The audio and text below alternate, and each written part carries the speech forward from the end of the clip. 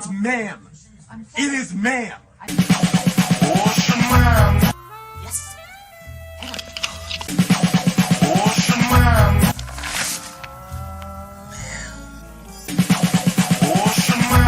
Excuse me, sir. Ma'am.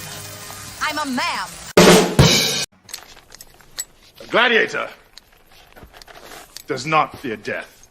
He embraces it, caresses it, fucks it, and prays to thrust home before the jaws snap shut. I should buy her something, that's special, but also creative. Ooh, like get her a retard with a box of crayons. With one of them sharpeners so he can sharpen it and then take the shavings and put them all over his face. You're going to hell. Well, you know what? No, I'm not going to hell. Retards love crayons. I love Rookie's cookies. Like what? Rookie Critic on YouTube, everyone. He's making great movies, and he is funny and fun. He reminds me of the good old days of Awesome Channel Awesome. Rookie is known for awesome cookies. Cookies so awesome, it makes you feel you want to eat them. Oh yeah. All right, enough with the video. I don't even know what just happened. It's okay. All right, I'd just like to start on with a couple videos as people kind of come on in a little bit. So what's up, everybody? This is Film Talk episode 2. It's been like 2 or 3 months since I did the first one with Josiah Rises. Trying to make that a weekly thing. I'm here today with an awesome guest that is Shae Zombie. What's up? Introduce yourself. Hey. So I'm Shae Zombie. I am the co-host on Red Valkyrie on YouTube with my other host, Cyborg, who is not around because she decided to just totally abandon me for several months. But hey, it's fine. I got this shit. We're good. Sweet. That's good. Yeah, well, you are well known for promoting people's comic books pretty much from what I could tell. That's usually when you're doing live streams for, right? Is promoting everybody. Is there any new ones out that we should keep our eyes on? Oh, there's a ton of them. So recently we had Pipe Dreams on, which was really, really cool. It's a retelling of a very popular franchise that I'm not going to name because I don't want him to get struck or sued. But it's hilarious. Definitely gut-wrenching, super bloody, looks super awesome. It's definitely worth it. You also got Rockabilly Road Trip. They're super cool guys. If you haven't ever talked to Chris from that team, he's the one that built their car.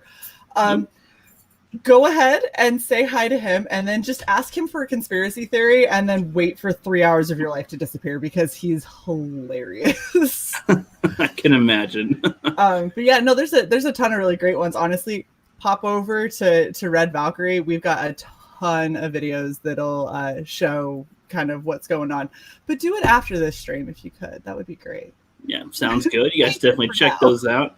Yeah, there's a lot of projects coming in this March, I think, so far. Oh, yeah. All right, Red Gaze might have his coming this month, I think. Vinny, he's already launched his, of course. Peter Gilmore has Rocket Gal coming, I think. And EVS is starting. Is he doing Cyberfrog 2 or a different thing first? I'm going to be wholly honest. I can't keep up with EVS. Yeah, I don't know 500 either. different cyber frogs, and there's another frog-esque book coming out from him. So Exactly. Well, I'm gonna say hello to the chat. We got Angelus Draven. What's up, dude? He's a super Power Ranger knowledge guy. We did a stream yesterday, and he was just in the chat, like with all these different things going on while we're talking. So he's got all the knowledge there. Gonna do one with him sometime soon. We got Alphamore Doritos. His name used to be Dortilios or something, but I would always call him Doritos, and he changed his name to Doritos, and I love that. Aww, it's like I feel like I caused that, and I am glad. I'm proud. He says, "Rookie, are you finding the perfect girl? You always interview women." It's just a coincidence, man. I interview guys sometimes too. Okay, just sometimes. As Matt Film says, "Hail to the chat. What's up, Lazzy?" I'm going to talk to you at some point, too. I know you're a huge film person, of course, with the title as well. Okay, hold up. Alaz has his own film that he did, and it was so wonderful. He did a view party, and it was the best damn time ever. It was so much fun. Damn, I want to check that out then. That yes! Awesome. Alaz, that has to happen. Message him. I will check that out. We got Nerd Cookies. What's up, dude? I'm known for my cookies, so that's what most people know me for. And yep, his Unforgettable and Wreck Planet after that. Yeah, he's got all the facts about everything that comes up lately. Pretty much. We got Arch City Comics. What's up? Good evening, everyone. And we got Bliggity Black Angus. He says, "Hey, Josiah is a pretty girl." I think he'll take that as a compliment. That's good. And he said, an IMDb page. I'm nice. Sweet. Oh yeah, no, it was a legit film. Like it's an actual film. That's awesome. Even more intrigued to check that out. Yes. That is great. That is pretty much what this whole type of stream is about, talking about film. So, Shae, yeah. I know that you're more on the comic side as far as the YouTube channel and stuff. Yes. But what is your history with film? When did you get into film? When did you start liking movies in such a way? Oh, I mean, I've always loved movies, and I've always loved the idea of storytelling. But I think what really kind of got me into like film and production and all that kind of stuff turned into about junior high-ish time frame. We actually had with our like yearbook committee and everything, we had our own newspaper and we had our own film crew for my junior high school, and then that progressed in high school where we were actually getting collegiate credit for the stuff that we did, and we were expected to do like PSAs. We had to run news broadcasts. So I learned how to run a news studio. Man, that's a pain in the ass. The school news. Yeah. Oh, yeah. And we had our school news was actually pretty legit. We had chroma key. We had our teleprompter that went. We had pre-edited stuff with After Effects and all kinds of stuff. We definitely did a lot, but that kind of sparked my whole love of film and creating. And I started watching films in a lot more analytical mindset to kind of understand what made them so good or what made them absolutely terrible. I love that. Speaking of the school film thing, or the news stuff, has there ever been something too crazy with a film or with the news broadcast? Anything crazy happen on a broadcast? So on our broadcast, the craziest things that we've had happen, we had a girl. So everybody had to go through at some point. You had to be talent. You had to be the producer. You had to cycle through, right? So we've had a girl who had to sit in to be the talent one day, and the second we went live, she completely clammed up and just nothing. And I was the one running the production, like from inside the studio, and I was like, I don't know what to do if my talent doesn't read. Cut to a video. So we cut to a video, went in, and I was like, you have to read the teleprompter. She's like, I can't do it. I'm like, I will slap you. Mm-hmm. She came out of it. A 6'1" girl threatening to slap you in the face is probably enough to get a lot of people to get going. The morning announcements. Yeah, she was still horrified, but it was fine. She got through it, and it was a terrible broadcast. But we had that, and we did have. I made a PSA. So for those who don't know, PSAs typically are 30 seconds or less. That's kind of what a PSA is. So my PSA was 1:45. Hell yeah. Because why not? It also, while everyone else's PSAs dealt with ask your favorite guy to Sadie Hawkins, and there's going to be fish sticks in the cafeteria on Wednesday, all that shit. I decided to go the much bigger route. Yes. I did a PSA on domestic violence to Nickelback's Never Again. So I clipped the music. I found two people from theater. We did stage makeup. We made the girl look like she got completely wrecked. It was really a very good, very convincing makeup. We actually, at one point, we were at a clinic for a really quick little scene that we filmed. I had about 4 people stop and say, "You're such a good friend for getting her help. Stay strong, and if you need anything." And I was like, "It's stage makeup. Please stop." You should have really just milked their empathy or something. Just be like, "Yeah, I know, I'm trying. She just tried. I don't know what happened. That she just keeps going back to him, and I keep telling her she deserves better." Just play with that. I did start playing it up after a while because I was like, it's easier to play it up. People leave you alone sooner than when you try to explain it stage makeup for a school project. The more they learn, they're like, "Oh, I don't want to hear about this." No. Yeah, they're like, "This sounds horrible. I don't know. No, thank you." Oh, her husband beats her. I'm just gonna leave now. Well, and we actually put a hole in the guy's wall that we filmed in because we had a scene, and they orchestrated. It was so good. She comes. Oh, you froze up for a sec. You froze up. You're still frozen. No, frozen Shae. Come back to us. I don't know if it's the Wi-Fi or something, but you froze up completely still on the thing. Haven't come back yet. Nope. It's still not working at the moment.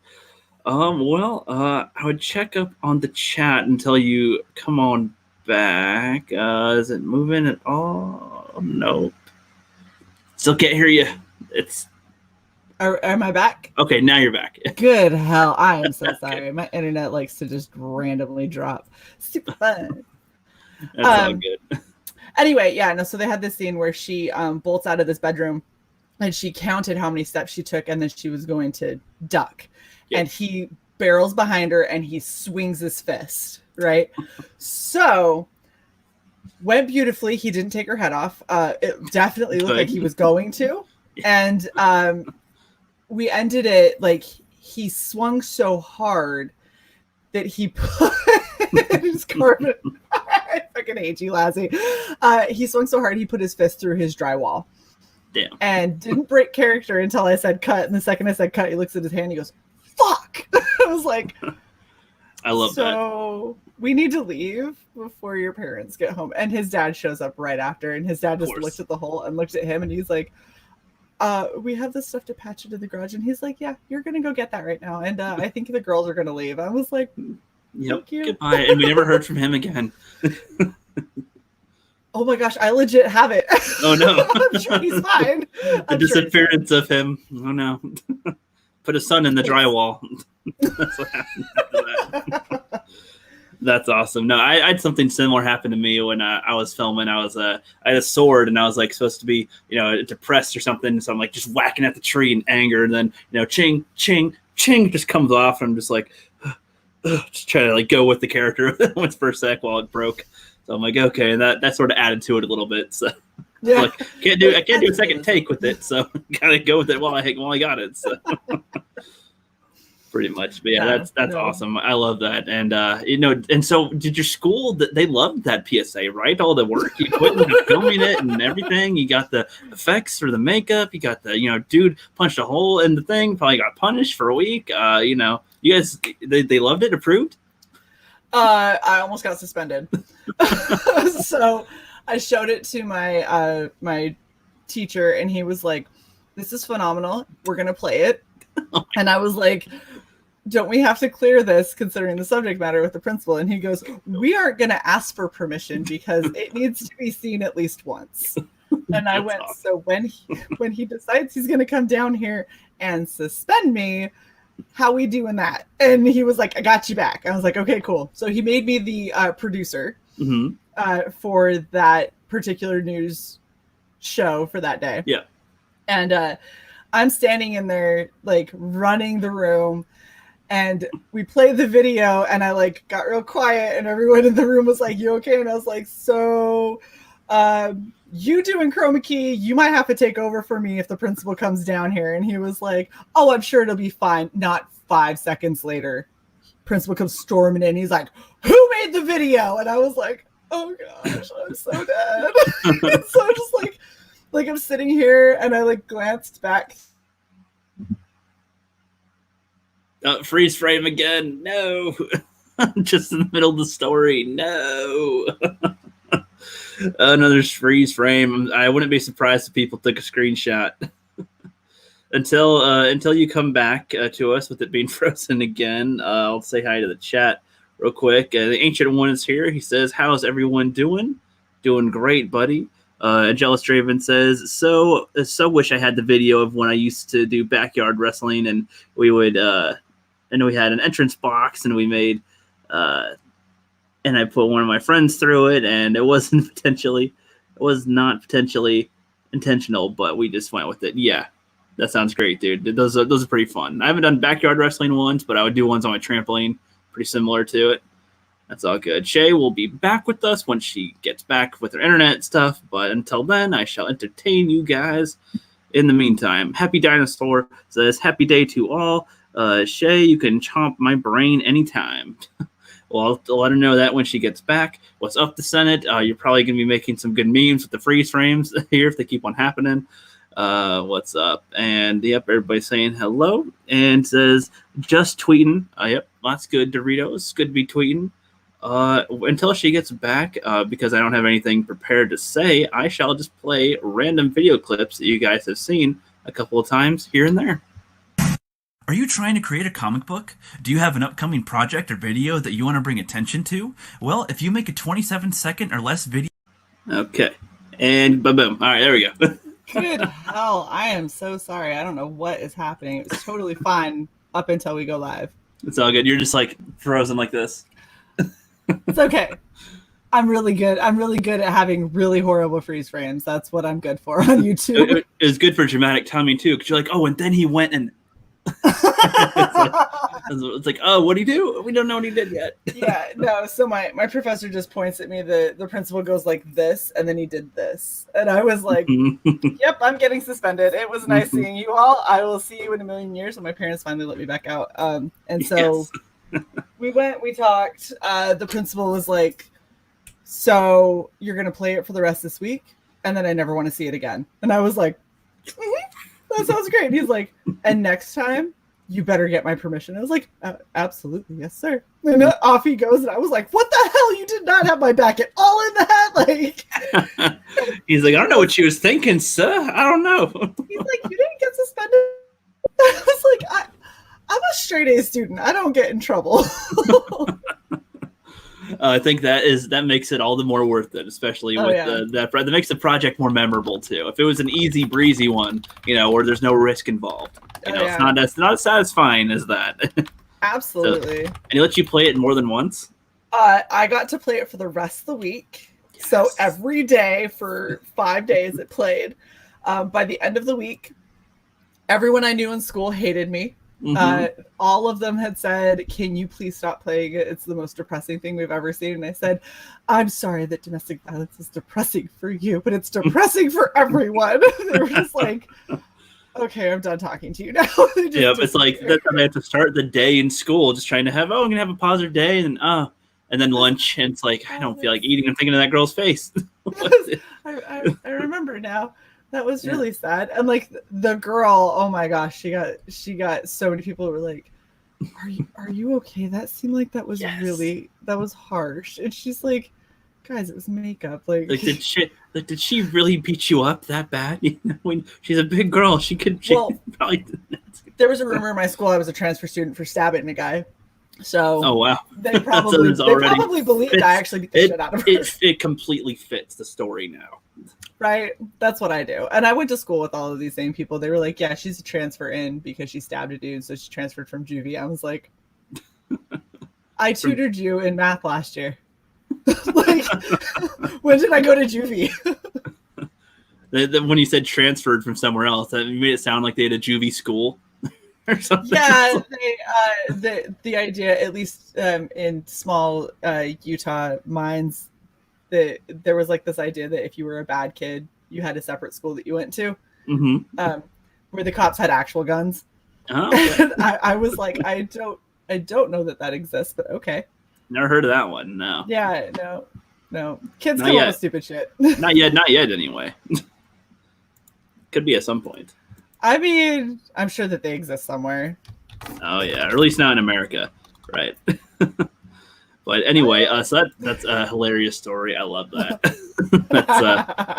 That's the best I got is in about freshman year is when I took a film production class. But what's funny is that I had no interest in film at the time. I was like, I was more into sports and stuff, and I didn't feel like doing actual movies. So it's just kind of a skating by kind of class. But I'll admit, when he gave us the assignments, I did want to do my project. So like my creativity would keep on going in for it as I'm learning, but I had no idea what to do.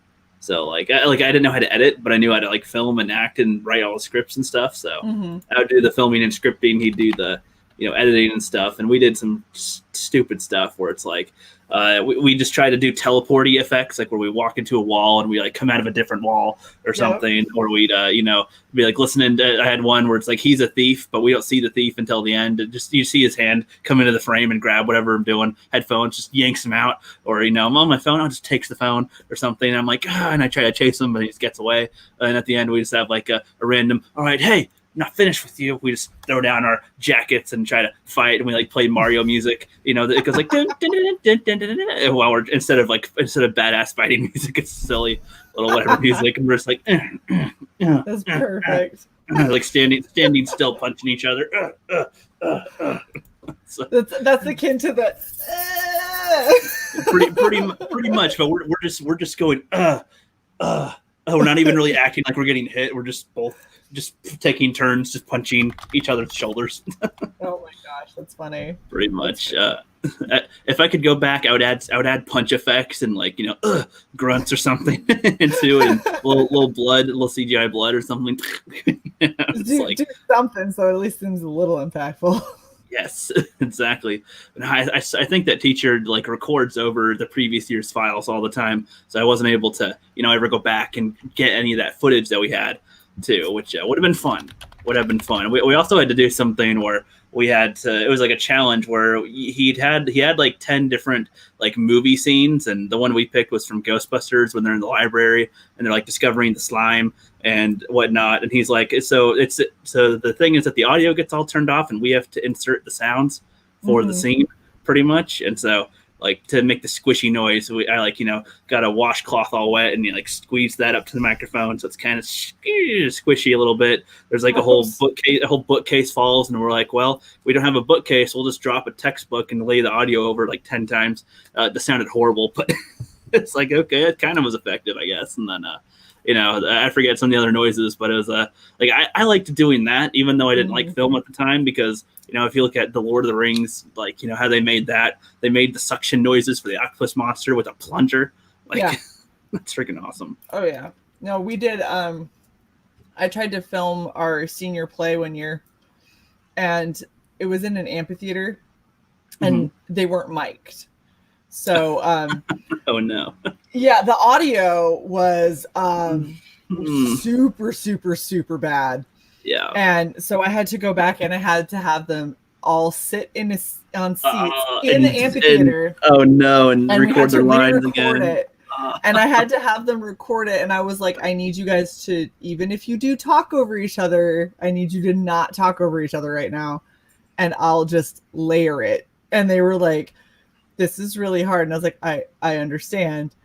The audio is unusable. And so we did that. I spent an entire summer, I think it was about 4 months, trying to edit this stupid fucking 2-hour play that was just by people that think that they're really good at British accents and they're just terrible, and it was horrific. Fish and chips, governor. And you're like, exactly. And every single play these two were ever in, every play, they were British. Every single one.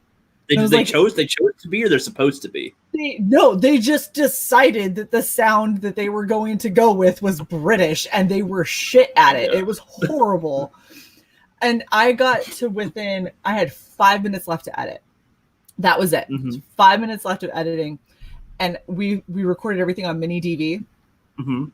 Yeah, those assholes started recording over everything I had done on mini DV all summer. And I was like, nope, you're done. Nope. And they were like, well, where's our video? I was like, you don't get one. That's gone. Yep. You canceled. Sorry. No, sorry. I spent 4 months doing this, and somebody just recorded over my credits that were super cool and sounded super professional. I had music from the actual professional Broadway version of the same play and everything. Hell yeah. Nope. I quit. I was so done. Yeah, that's a complete waste of time. Oh yeah. That's what that.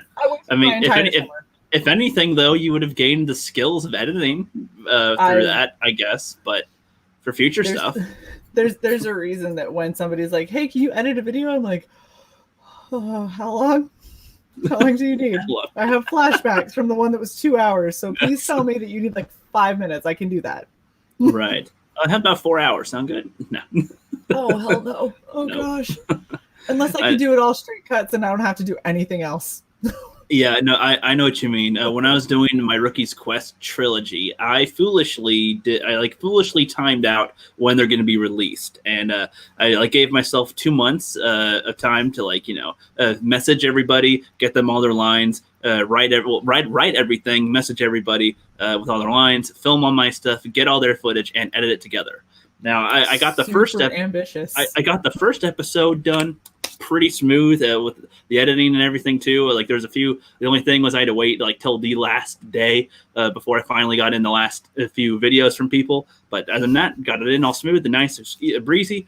But then episode 2, I only had like half the footage for, and I wanted to release them every week. So Friday back to back, all 3 Fridays in a row to release the thing. So I was like, oh shit, and I still had work and stuff. Like I work. I had to go to my job, as well during the week. Life, so it's like, oh no. And I pretty much stayed up most of the days. Only a couple hours of sleep every now and then to do stuff so I can edit and still film stuff, like film my own stuff, edit my things, edit other people's things, and adding in the sound effects and music and special effects. Like it takes a lot. It takes a lot of time, especially like with people moving around and doing stuff, or like if they're recording and they're not facing their microphone and their audio is just comes in a lot lower and then normally I have to amp it up, and that doesn't sound as good sometimes. So you got to try to figure out a way to make it sound good, and it's like it's a long process. And then if you're playing music and other sound effects over it, you can't have it be too loud over their own dialogue. So it's like it's a huge and the thing. amount of times that like you'll have music. Yeah. And it's at a certain tone and you're like, this is great. And then you get that one person who seems to somehow match that frequency. Yeah. And you're like, why? There's one of you out of like 10. And this one person has the most important line. And I can't fucking hear it because the song is the same frequency. So you're sitting here like, do I randomly drop the music to boost them? Right. And what sucks is that it's a noticeable drop when you do. It's like playing at this level and it dips down, obviously. And then it comes back up and it's like, if only that could just seamlessly transition, but it doesn't because the volume is at this level and it lowers clearly. So I don't know, but I was able to get some of it done. But like for episode 2, I was able to, I stayed up on the final day. I stayed up 24 hours basically editing and was able to see. And what was tough was that I had to get it done before, I had to get it done a couple hours before I had to post it because it had to render itself to export. And then to upload to YouTube is at least double its actual length. So if it's about an hour long, it's going to take 2 hours to upload to YouTube. So and I ended up having it mostly good enough the way I wanted it to, but at the end, just some of the special effects just weren't as lined up as they could have been, and there were a few sound effects that didn't include or anything. I'm like, nope, screw it. It ends at a point too where there's so much footage on a editing thing that I would click to move a file, and it would take like 1 Mississippi, 2 Mississippi, and then it would move like after I've already moved it. So it's like because the more you have, the slower it works or something. I'm like, so. Well, because you got to render it. So what we used to do is you get parts that you liked that were good. Yeah. And then you'd render those. And so they're no longer chopped pieces. Yeah. And then you save that as its own file.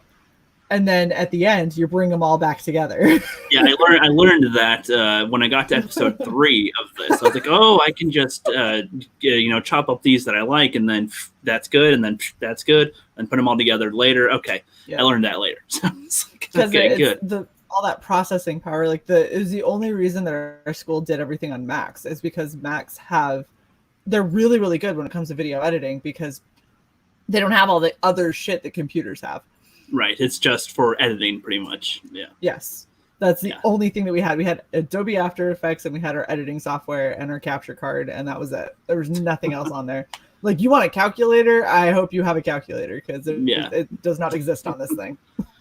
That makes sense. But yeah. So I've learned for this project, I gave myself I've been promoting my Rookies Legends project for a couple months now, and that was before I even had it all written. I mean, I'm technically behind as far as when I wanted to start filming, but ultimately I gave myself so much time that I do have enough time, and everyone else has enough time because it airs in July. That's like a half a year away. Actually a couple months now, but still, it's I'm aware. I gave people deadlines for it. Gave people things to do for it, and yeah, you're gonna be in it too. I'm not gonna give any hints on what you play, so people can keep on guessing. But yeah, it's pretty much learned that stuff. But so let's move it on over to a different topic over here. We're still on film, of course, but let's see. So, do you have any recent film projects? Anything recently in the last couple of years that you've done? So, I actually I don't really have anything that's film. I've got I'm working on an intro video for Red Valkyrie, but I'm to the point now where I have to go back through old footage and find the clips that I want. And I just am so terrified of having to sit there for hours and listen to myself talk to find the clips that I want, that I've been putting it off for weeks.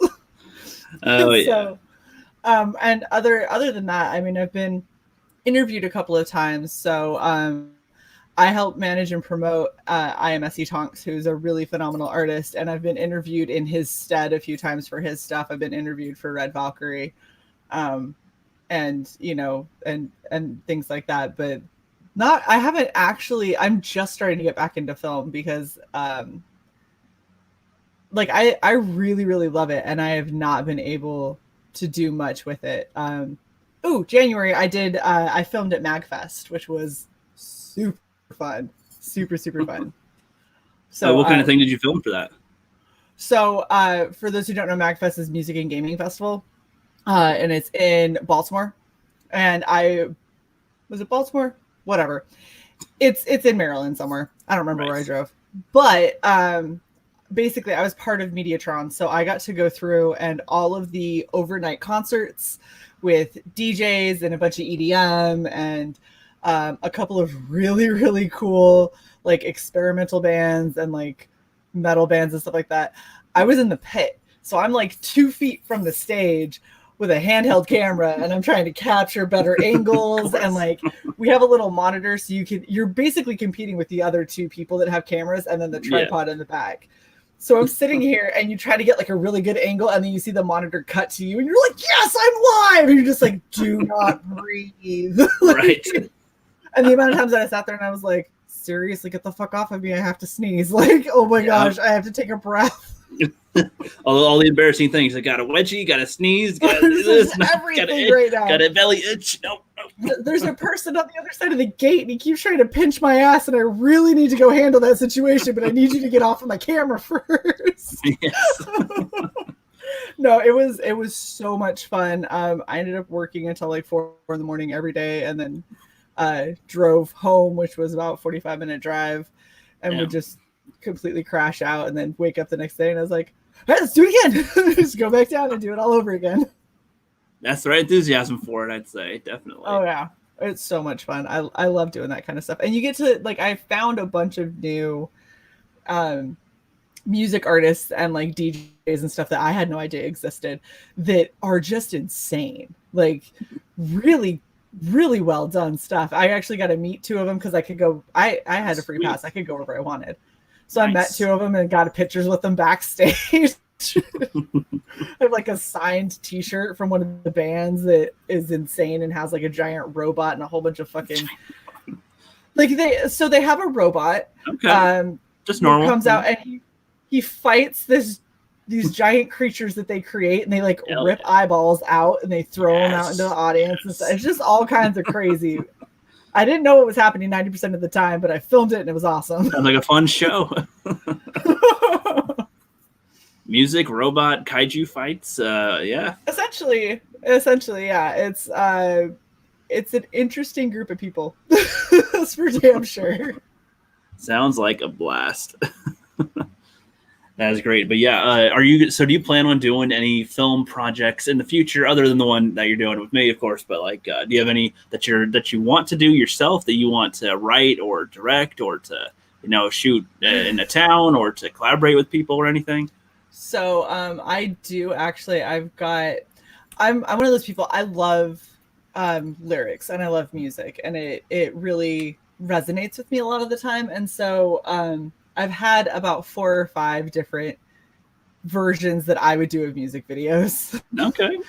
And I used to do this all the time when I was younger, and I really, really wanted to try and like cast people and do my version of various music videos that are songs that really kind of mean something to me. I also would love to work with a couple different people on some horror films, whether it's me in them or me behind the cameras helping film them or writing or producing, whatever. I know that I've mentioned it to Alasmat Films. He's super awesome. I've also mentioned it to Black Star.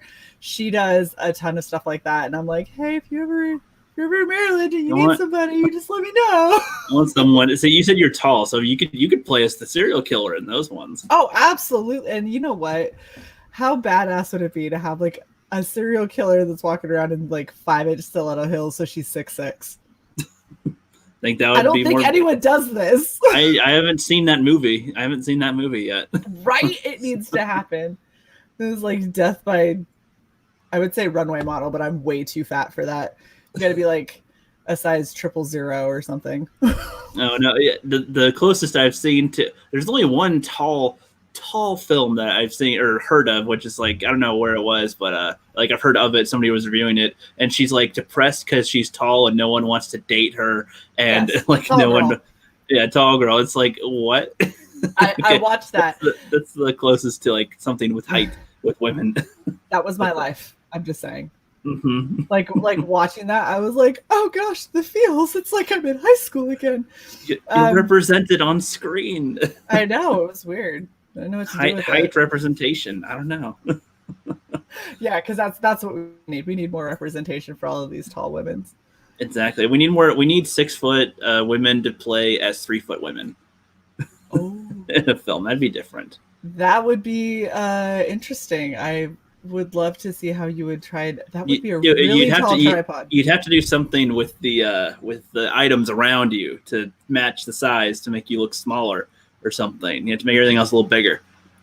So you're saying like pretend that this is a regular sized Pepsi bottle, right? That's like it's a 20. liter. that's a 20 ouncer, right? And or something. It's like yes. Could fool some people. You never know. Yeah, but no. Hey, if anybody has a project that they want some help with, or they want somebody to be in or help film or what, just hit me up. Let me know. Yeah, she's down. She's down. Hell yeah. Which is good. Yeah, I always have some type of project in my head, and it's like sometimes I'm always like, just push it off for a while, but it's like it lingers. It lingers for the most part, and it's like I can still get it done. And it's like once my Rookies Legends project is all done, I will want to be like it's going to be a while before I do anything. But my creativity is still going to be in my head. I can't get rid of it. It's like I will have to be focusing a lot more on some school stuff for a while for the next year. In the fall, once I get back. But it's like as far as still filming, I'll still probably find out ways to film. And if I have some cameos from people in it, I could do it. I think I just need to make the project smaller. Smaller than a 40-minute project. Nice. I can get them done. And whatnot. I keep on aiming big. I always like go, I'll do a small story. And it's like, it never works out. When I was younger, in like English class, they'd assign, hey, just make a 3-paragraph little story or something, a 1-page thing. 7 pages later. 10 or 12. And the teacher's like, God damn you, kid. Why do you keep on writing? You're giving me more work to do. Oh, my teachers stopped reading after 4 paragraphs. They were like, this sounds like it's going in a really great direction. Next time, try and follow the length requirement. And they'd be like, A+, here you go. I was like, did you even finish reading it? And they went, no. Yeah, I can never do that. I'm just like, how am I supposed to condense that into a little... And then they go, just do a smaller story. Okay, sure. I started out small, and it keeps on going bigger. It's just like, it just never stops. All the time. What's up, Comic Book Bob? Angela Straven still in the chat. Everybody coming in. Comrade. Yeah. Rohan. It's Shae. Comrade over there. Comrade Mark. What's up, my friend? He launched his book too, right? On the 29th. Yes. Yep. On the 29th. He did. We're gonna have him. We're probably gonna have him on Red Valkyrie. I think not this coming weekend because I'm out of town, but the weekend after is what I was looking at. I haven't told him that. Hey, call me Mark. I'm probably gonna have. Well, now you know. Well, now he knows. We'll work out the details. That's funny. Angela Straven says that movie was crazy wife dies in freak lawnmower accident, so he rebuilds her with dead hooker parts, and then she comes alive and tracks down pimps to kill them. I don't know what he's. Are you talking about? I don't know what he's referring to. Did he say something up here? He said Frankenhooker. He's okay. He had high heels. I was really confused by that Frankenhooker. I was like, I don't know what I was reading. Well, that doesn't surprise me. That's a horror movie that exists. That sounds like something that would exist these days. Yeah, absolutely. Yeah, see, I'm like, I don't know. I have a thing with horror films that's like, it's more specifically slashers that like I can't get into them because it's not just, well, okay, we were talking before how like, when they're humans, it's not as scary, but half the time, like with Jason or like Freddy Krueger, they're just like invincible for some reason, which is kind of dumb. But then it's like even then, that makes it more dumb to me. It's like, okay, so you can't kill him, and he's killing a bunch of characters that I don't give a crap about. That's the thing. That's my main gripe is that I don't care about anybody who's getting killed. The main characters are always dumb. They're always doing something dumb, and I'm just like, I'm supposed to go, they got killed, and it's like, I'm just like, what? I might as well, I don't know, I'd rather go mow the lawn or something. Just rather go do things I don't want to do, like than watch this. Watch some paint dry and be a little more productive, I guess. I don't know. And it's like, it's easy. I get that, it's easy to make some horror films, and that's why a lot of people do them. But it's like, I don't know. Like everybody wanted me to love Halloween, and I couldn't. I'm just like, I don't know, guys. It seems pretty lame. Thing is, I feel like everybody feels like they can make a horror film. I have seen very few horror films that have actually been done well enough to scare me. Usually, like I'm watching horror films and I'm like, so I'm an easy jump scare. Yeah. I'm a super easy jump scare. I have a way overactive imagination. I am very easy to get, right? Like I went to a haunted house and ended up not going through because something that I knew was going to happen happened while I was standing in line for it. There was a guy that had a little pram with a little fake baby in it, and every like fifth person he'd roll it up and the baby would come out and be like, "Wah!" And like I counted and I went, "Oh, it's me. Okay, cool." And I knew it was going to happen. I watched it happen 5 times. It got up to me. The little baby's finger brushed my arm, and I took off running. I knocked over a 3-year-old. The only time that kid had cried was when I knocked him over, and he'd been through the haunted house 3 times. I am an easy scare. Yes. The amount of horror movies that actually scare me is so low. So low, because everybody thinks that you got to show the monster, you got to show whatever it is, and they over explain things to the point where you go, well, that special effect was terrible and this whole thing is just awful. And it's like the ones that get me are the ones where you don't ever really see what's happening. Yeah. And you're just as confused as the people in the movie, and you're just like, I don't like this at all. I don't know what is happening here. Like at any point in time you could just die, and I'm not a fan. Yeah, I feel like that's like one of the things with like the Friday or the Nightmare on Elm Street ones. At some point, I feel like they explain him so much. Yeah. It's like I'm just like, well, so now when you introduce all these things, now it's continuity. Can we see how you screw yourself up or something, or so he did something that seems to be out of his limits. What? So I don't know. Yeah, I do kind of agree. If the characters are discovering something weird happening, they don't even know what's going on, and you don't learn the result of what's going on. That's a little more freaky because you didn't even know what happened. Was it? That was why like Blair Witch Project was so successful, is because the camera angles that you're seeing are from the people themselves, and you never actually like see what it is that's going on. You just see hints of things that happen, and it's right because you don't know where it is. You don't know, is it a giant monster? Is it a person? Like is it like a sentient mushroom that's going to come and kill me? I have no clue what I'm looking for. Right. That's what makes it horrifying. Or is it just mom holding something off screen? It's just trying to make it freaky for you. And if you saw it, it's not scary. But yeah, no, I feel you. It's the impression and the characters' reactions to it. Them seeing what it is and we not knowing what they're seeing is part of it, I would say. But absolutely, I would agree that in that aspect, there's probably a lot better like horror films that I could appreciate. But like I don't know, just the class, like everything tries to be something else that already Oh. is, and like I'm just like, was there any type of originality you wanted here, or are you just trying to hit beats that you know? Like I feel like that's the game. Let's hit the beat. Can we hit the beat? And it's like, let's discover this here. And and when we get to this part, we know that they know this is coming. So let's subvert something and have, instead of it bang over here, it's going to bang over here. But that's not it. Nope, it's going to bang right here. And it's like, all right, that's your version of clever. Yeah, don't do Shyamalan. What a twist! Like, let's not do that shit because it's actually plants. Like he's got so like. Oh, the dreaded freezing of the internet once again. It strikes again. This is the third or fourth time she's been frozen, unfortunately. Let me know when you get back. I'm going to say hello to the chat again. Okay, you're back. Okay. Yeah. Yes. Very good. I'm so sick of this. I'm sorry. It's all upgraded. good. I upgraded from like slow as molasses internet to like I can stream all of the things, and I'm still having issues. So yeah, well, so you had 4 flat tires. Now you got 2 flat tires. yeah, it's when I'm here. Damn it, I am very well done. But the second I leave, you're screwed. That's all good. That's all good.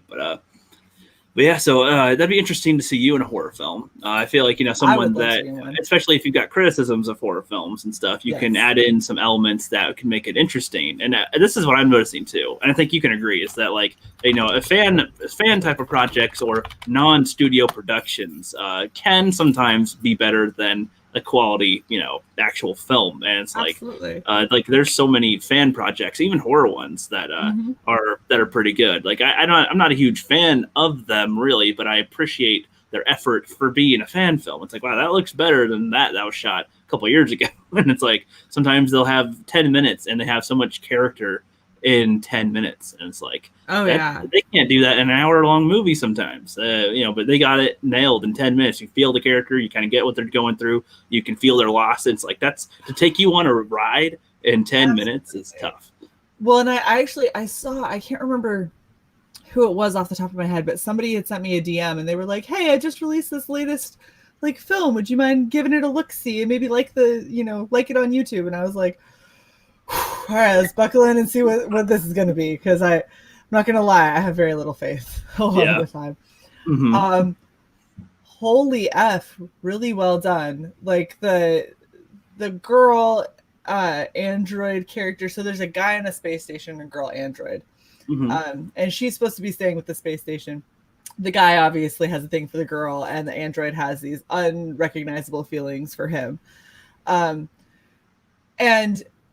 a lot of her acting was kind of but at the same time, I'm like, you're also like not a real person, so I guess it's okay. It just, some of it seemed like maybe she was showing too much emotion, I guess, which is not normally what you tell your people.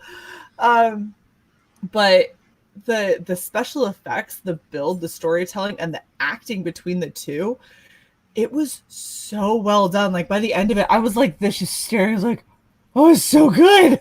It's so good. I was like, and then I messaged her. I was like, dude, seriously, this was awesome. Do you have more?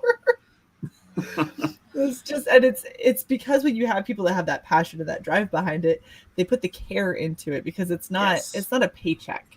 Like, we're not getting paid for this shit. Or at least I'm not monetized. Like I do stuff for fun. Well, what's funny is that I would think that people would almost be more motivated when they're getting paid to do it. You would assume. Like that they would want to make it even more. I mean, just on the benefit that you're getting money for this, but it's like, I guess, I don't understand. So do people, is it the process of, oh, I'm getting money for this, therefore I don't care how well it is? Is that what people do? I don't know. If I'm going to be wholly honest, I think the biggest problem that we currently have, specifically within the film industry, is that everybody has this mentality. And when I say everybody, I mean literally just the people in Hollywood, the ones that are in production companies and all of that. They have this idea that you can like sensing session an entire film by going to 30 people in LA. and that is going to be indicative of what the rest of the country is going to want to watch. And so they go into a place that's already very biased and already has a lot of its own thoughts and feelings and culture. And then they pull even more specific people, like in a subgroup within that culture. And then they base entire decisions on how to make an entire movie based on 30 people saying, well, I didn't like that they didn't kiss at the end. And so then they add some fucking cheesy ass kiss, and everyone's like, that makes no sense at all to what these characters have been doing this entire time. Like, why would you do that? Well, you see, when we put it to a group, this is what they want. It's like, right. You can't, but it's equivalent to if you put it to a group of like, 40 something soccer moms that don't have anything else to do, and those are the only people that you talk to. Right. That's not going to appeal to everybody, and they're terrible about actually getting an unbiased group. They're horrendous at it. Yeah, so I hear, and that's something I haven't thought about. Is the test audiences they do on people, and to me, it's like the whole point of trying to make your story and make your movie is that you're trying to make a story, and I guess the bonus is that you want people to enjoy it enough to purchase it or to go and see it. I mean, that's the bonus, right? Is that people would pay to go see it, but I feel like that's if they're just relying on what people think prior to and then base it just off of that, even if that's not where they wanted the story to go. I don't understand that. Exactly. Well, and the thing is the second you start, like, everybody has an opinion, right? Opinions are like assholes. Literally every person has an opinion on how you should be doing whatever, right? Like, you want to talk about raising kids, everyone has an opinion on how you should raise a kid. Yeah. Like, people will always tell you why something isn't going to work or why something is going to work. At the end of the day, when you're coming to creativity, listening to every single person's opinion is cancer. That is exactly how you kill creativity. Do what you want to do, say the story that you want to say, and then if people like it, they'll go and they'll see it. If they don't like it, that is the most valuable feedback you can get. Yes. And yes, it's a risk. It is always a risk when you're doing a creative endeavor. If you're doing a book, if you're doing a movie, if you're doing music, it is always a risk. Agreed. Well, and that's the thing. That's the benefit of it. You get to have them critique you. They tell you whether you like it, whether they like it or not. No, I didn't like this part about it. Okay, well, that's something you can note to keep track of maybe when you're writing your next story. Exactly. Well, and that's the thing is that's how if all you ever do is listen to an echo chamber, you don't grow as an artist, you don't grow as a creator, and you never take a risk. So you're just regurgitating the same shit that's already out there and probably done with a much better budget, with way more experience and better actors. So how are you ever going to stand out if you're not willing to take a risk? Yeah. It's a great Sorry, point. I'm passionate about this. No, I am too, and we'll get back to that in just a second. Ryan Cuddle from Arcade Outpost, thank you, my friend, for the $2. He sent a array of people here. He just did a live stream and sent some of his peeps over here. Thank you, my friend. I appreciate that. He says, "Hail Rookie and hail Shae Zombie." I appreciate that, dude, and I hope welcome everybody that's come in for the raid and enjoy it. We're talking film and whatnot. We both have a huge passion and love for film, so we are just talking about that today. We've been going almost an hour, and we've just been talking about like two things. we haven't covered a lot. It's a lot of passion behind these conversations, everybody. I hope you enjoy it. Yes, exactly. And I do recommend that you guys go back in the stream and look at the story where she talks about her high school news thing, because that's a hilarious story with that. Yep. That was fun. That is great. The Angela Straven says that's because the targeted demographic now is soccer moms that used to be 18 to 34-year-old men. Yeah, pretty much. Oh, goodness. I'd say if it was soccer moms, in a way there might be different bad quality, but it wouldn't be the same bad quality. I feel like now it's just people that don't even really want to watch movies. They just want to like praise something or have people praise them for liking something. I don't know. I don't understand. I think what it is now is you have a large group of people that just want to feel like they matter, and they don't know how to matter without somebody validating their opinions and their ideals. If you are genuinely okay with yourself as a person, you don't care what other people are going to say. There's a ton of people Seriously. Like, go ahead and look at your downvotes right now that you got. There's a ton of people that don't like me. Yeah. Because that follows me everywhere, just as an FYI. No matter what stream. It'll disappear by the time you upload it, don't worry. Anyway. That's all good. There's a lot of people that don't like me. And at the end of the day, you just got to do what makes you happy. And if it's something that genuinely makes you happy, people can understand and recognize that kind of passion and that genuine feeling and motivation that you have behind something. And that's what draws people in. Not trying to appease the crowds to try and get some quick, all these people love me because look at how many followers I have. Like it. Yeah. At the end of the day, how many of them are actually giving a shit about anything that you do? So you might as well do stuff that you actually like. Yeah, I agree. And I feel like, that's how you grow in a way. And people see you being they see you being real with yourself, then they'll appreciate what you make anyway. Even if they don't like it, they can appreciate it. And that's why there's so many projects that I don't like it, but I can see how much work they put into it. I can see that this is what they wanted to make and they tried their best to, or something. Maybe there's other circumstances, but still like turned out the way it did. And it's like, wow, still kudos to you. Not my thing, but good job. Right. Well, and that's how you learn. If you don't ever take a risk, you never learn. Exactly. And real quick, we got the Red Gaze, the gaziest of the gaze community. Cousin Red! For $1.99 says, I like to critique my own genitals. Yes. I mean, really, somebody should, and I don't know who else is going to do it for you, Red. So exactly. And if he's honest with himself, then that's all that counts, I say. Very much. Madness Productions says, Raid, star. Appreciate the Ryan Kennel raid. Basically today. I appreciate it, guys. Yeah, we're talking film and all that stuff. As you can tell, we freaking love this stuff. Gay says, listen, everybody loves me, except the people who don't. Exactly. Well, exactly. Red Gaze 2020. I love that. But yeah, it's like with when I did my Rookie's Quest trilogy thing. So like the whole point of my skits in the first place, ever since I first started, was just to attempt to try to learn how to be on camera, how to have different angles, how to do stuff. Because before I would just write the stories and I would make all the backstories. I'd make backstories of the backstories basically. And I was like, okay, I got all this written down, but ultimately I didn't do anything because I don't know anyone to give this to sell to pitch to. I accomplished nothing pretty much with all of that. Ultimately, I mean, maybe the idea is there for the future, but it's like, as for getting somewhere, it didn't do anything. So I'm like, okay, I'll just put down a camera and I'll just see what can happen.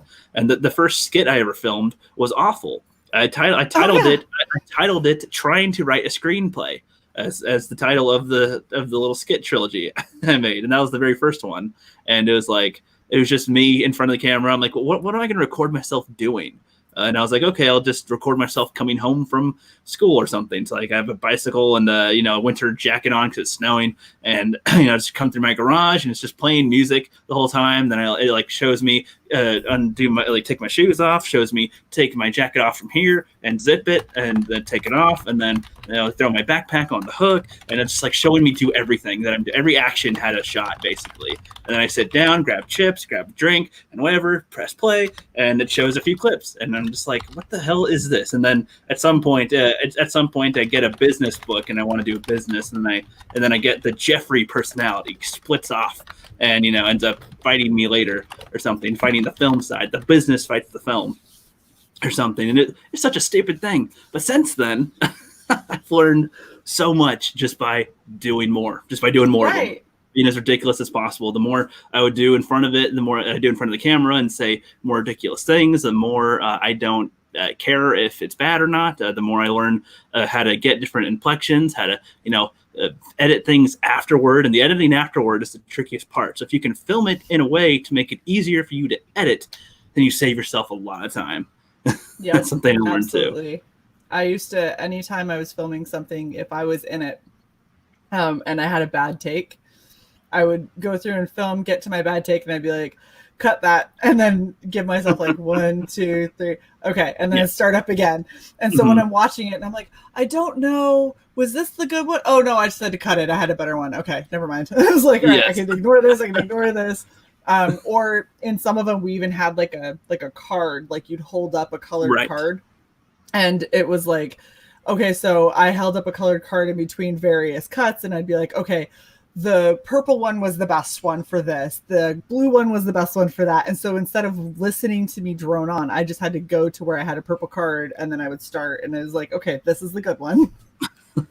That's a good way to do it. With mine, it's usually my last take is my favorite one, because I won't stop until I feel like I at least have one or two good ones in there. Or like, I'll do a take in some way where it's like, what are you doing, Rook? What are you doing, Rook? What you doing, Rook? In different character type of thing. It's like, there's different people. People don't get it. There's so many different ways you can say the same line, and that's one thing. Yeah. In my project, I'm trying to I told and I attached a huge message saying it's okay to take multiple takes. You can takes a while to get into character, because like sometimes even me, when I start, I just say a line so bland. I'm like, so what are you doing? That was dumb. Clear your throat. So what are you doing? Or it's like depends what you're trying to talk to. Exactly. What you doing? Yeah. And sometimes changing the words. So what are you doing? Yeah, exactly. It all depends. What are you doing?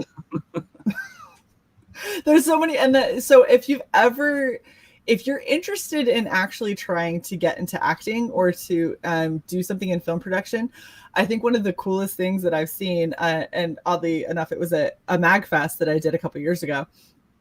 They had a I want to be in voice actor panel, and they brought in people who were voice actors.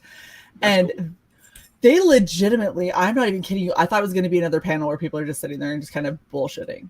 Right. They put it on the audience. They were like, all right, we want 3 people who are going to come up. Here are your lines. You're going to deliver them to that microphone. And like, nice. They picked 3 people, and they'd come up and they would say something, and they go, you're very stilted. I need you to go back, think about it, and do it again. And they were just brutal. And like, these are just random people. And by the end of it, you had a girl who stood up there, and she did one, and they went, are you nervous? And she's like, a little, yeah. And they go, cool, stop being nervous because it sounds in your voice. And she was like, okay. And so she goes and does it again, and she was like super intense when she did it the second time. And they went, that was really good. You might actually have a future in this. I was just like, you just made some chick's dream come true. Like, you told her to go and follow this. That's awesome. I love that. And that's the thing too. It's like, it's trial and error. Like every time you try something, you're gonna suck at it the first time. Yes. Usually, some people, rarely are gifted right away, and it's like, God, how could you? It's so good. But no, what's funny is, like, with me, I actually don't want to be an actor. I don't want to be the guy in front of the camera. I want to be the guy behind the camera. So much fun being behind. But it's like, with what I have, I got to be in front of the camera for now. So until I can be behind the camera, I can learn all the different angles, in different ways, be able to connect more with the actors in the future or something anyway, because I've been in front of it myself. I can tell them my techniques, tell them, I can kind of relate with how they're probably feeling, and sometimes when you got to get into character, you got to really get into the character. And if you don't know that much about the character, it's hard to get into them. So sometimes you got to add backstory or something to, make it something, even if it's ancillary. Still, it's for a shot, it's for a scene, it's an interaction. How are they supposed to act? That's one of the things, like some of the photos and stuff that I sent to you for your project of some of my ideas. If I don't do that, like, I have a slew of wigs. Some are good, some are really terrible. Like, I've got wigs. I've got, I wear very eclectic clothing usually. Not that I'm in normal clothes like very often. I normally am in my uniform or in volleyball, but whatever. When I do get to wear my normal clothes, I wear very eclectic kind of clothing. So I'm not at a lack for interesting costumes, but I know me. I know that if you want me to play a certain character and I'm supposed to have a certain presence, I have to feel a certain way, which means all the way down to, even if you don't end up seeing it, whatever is, shoes and jewelry and undergarments, like whatever it is going to give you that feeling, that's what you got to go with. And it plays a huge part in you being able to kind of get into that character. and it's something that a lot of people maybe don't consider, but you got to try them in a bunch of different ways. Like, I know if I want to be like some kind of raging bitch, I need to wear heels. If I'm not wearing heels, it's really difficult for me to get into that like bitchy, I will fuck you up kind of attitude. Mm-hmm. The height gives you the somehow, towering over. Yeah, I'm gonna fight you. Go forward, lean forward. It's more the click. Like when you walk in heels and you have that like that, because it sounds like I'm about to shove the shoe somewhere. So it works. Right. The other thing I was going to say, if you are interested in being a director or a producer, having time in front of the camera is so beneficial because it gives you really good perspective. It kind of lets you know what you're asking of your actors and how to maybe portray that a little bit better and not make it so awkward or you're like, I don't know, just do it different. And it's like, right. Well, different can mean a million things. What different do you want? Like, how do you want it to sound? What sort of things helped? Like you were saying, what helped you? What made you able to play this character? And then maybe you can give them a little bit of that feedback and see if that helps them. Yeah, exactly. That's something I've learned with this project too. Because last time I pretty much gave people free reign. I was like, "Here's your lines. You can kind of do them how you feel like it." And that was, but that wasn't as important before either for the story or nothing. But with this, I'm like, okay, like with every character or something, I have like a little director's notes kind of where it's like, okay, so I want you to kind of feel a little angry here. You're kind of angry. This person just did blank and blank to you, so you're feeling like this right now, and try to sound a little sassy or something. With one of the characters, or with like the villain, she goes she can go from just talking to you super sweet and whatnot to just stern and serious kind of, and it's like, okay, she just got serious going now. to completely murder your entire family. So thanks, hon. Exactly, and that sounds sweet at the end. It's just like, okay, so that's tricky one there. It's like, and if you don't know that's just me on a Tuesday. There you go. Exactly, just be yourself. Oh yeah, sometimes people can't switch, from the one type of emotion to another. They got to get into it using something else. But yeah, I understand. But yeah, so yeah, I've learned quite a bit from just being in front of it too, which I don't mind. Like I said, by now I don't care what I do in front of it. It's I'm pretty much beyond the point of embarrassment. At first, it was like a few times I'm like, oh, what if somebody thinks this about me? And I'm just like, it's the freaking internet. There's somebody that's done something worse by now. Like, oh, yeah. And people forget. I opened one of our streams. I was super excited because everything was going right and I wasn't going to fuck it up. And I threw my arms up and I went to welcome everybody and I choked on my own spit. And I spent the next 2.5 minutes of my own stream hunched over, mostly off camera. I had antlers.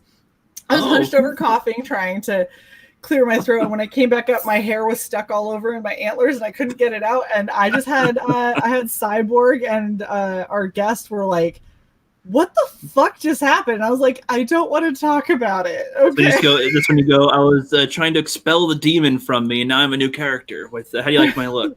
Yeah. Yeah, no, I instead I just awkwardly took the antlers off and I was like, well, these girly antlers with these rhinestones were a bad idea.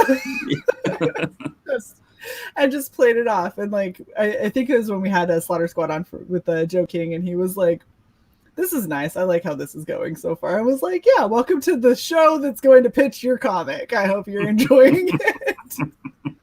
This is what we get. That's why we call Red Valkyrie the best shit show on YouTube. Oh, yep. Because we are. I don't know if I've had one that hasn't had something go wrong. I don't know, but wow, that is funny. Yeah, speaking of which, 17 dislikes for you, all for you. Wow. Oh yeah, they follow me wherever I go. I was on Inkspot's stream a couple weeks ago, I think it was, and it was completely impromptu. We weren't like it just kind of happened. He never gets dislikes at all. He had 19, and I was like, hi, sorry, like, that's oops. my fault. Oopsies, but I did keep this one open for a week. Like, it's been scheduled for a week, so it's been lots of time for people to come in, and it's only 17. It's not 30. Yeah, I know. I feel like you're slacking. Yeah, guys, I had it open this whole time. You know what? Interaction is interaction, so who cares? Yeah, true. That's funny. Yeah, I appreciate the views, guys. That's 28 likes and 17 dislikes, and that's pretty good right there. That's I not like too those bad. metrics. I like those metrics. But yeah, so this is fun. And so do you have do you cosplay too? What's Yes. that? I mean that's a stupid question to say by now. But it's like if you've seen my channel, Yes. yeah, I do cosplay every time we have a creator on. I do my best to try and represent something about their comic. I used to say their characters, but let's be real, y'all indie creators are insane. Dog, what do you have? Do not. Sorry, one sec. no, Stop. okay, go ahead. You're good. We're good. We're fine. I just had to chuck a bottle at her. Okay. It's a plastic bottle before people get all pissy with me. No, glass bottle. She domestic abuse with the puppies. It's fine. It's fine. She'll get over it. Totally forgot what I was even saying. Oh yeah, so cosplay. Why did I throw a bottle that's going to be loud? And now she's gonna be chewing on it. I can't with this damn dog. Hey, have a chip and stop being loud. She a lap dog that wants to just cuddle up and. She thinks she is. She's 60 pounds, but in her mind, she's 5 and definitely cuddles and all of that. And it's suffocating. It's wonderful. Makes sense. Yeah, my cat will she's not a huge cat or nothing, but she'll lay down where I've got food or something in my hands, and she'll try to eat it as well. She'll try to dip her paw into my cereal and try to lick it or something. So I have to dip my finger in to keep her busy with licking the finger or something with the milk while I can eat. Yep. It's I'll pizza. She'll be like, no, I'm gonna grab that. The Cheetos. Whenever I grab a bag or Doritos, I'll grab a bag. She can hear the bag crinkling, and that's her cue to bolt down the hall and come. And it's I gotta get the Cheetos. No, I totally feel you. I have parrots, and just today, I was trying to eat. I had a burrito bowl from a place around here called Moe's. Mm-hmm. And I was trying to eat that, and my parrot decided that he wanted what was in it, and he can't have anything in it because of garlic and onions. Right. And so I gave him a chip, and I was like, he'll be good with the chip. He got bored of the chip, and he started coming over and just hooking his little beak and then trying to pull down my bowl. I was like, will you stop it? You cannot eat this. It will kill you. Eat your damn chip. No, not good enough today. Nope. We'll Right. get something new. Oh yeah, they love to eat our human food. I'm just you have do. a bowl of your own food. Eat that. You're fine. No, they don't eat what's in your plate. Yep. Every single time. And we usually let them. Well, because they're cute and annoying, and if you don't let them, then they just get more annoying. Well, they stare at you. They do. There's They judge. you know what you need to do. That's pretty much what they do. Okay. Yeah, Red Gay says finger dipping good. Right. Yep. Gaze is hilarious. Oh, That's what he does. cosplay. That's what we were talking Yes, about. cosplay. Yes. Cosplay. Yes. So if you go over to Red Valkyrie, I do try to do cosplay of the indie creators. I say something out of their comic book because there's a lot of these things that with what I've got in my closet and my limited budget, I cannot produce. That's just not going to happen because you guys have big dreams and amazing talent.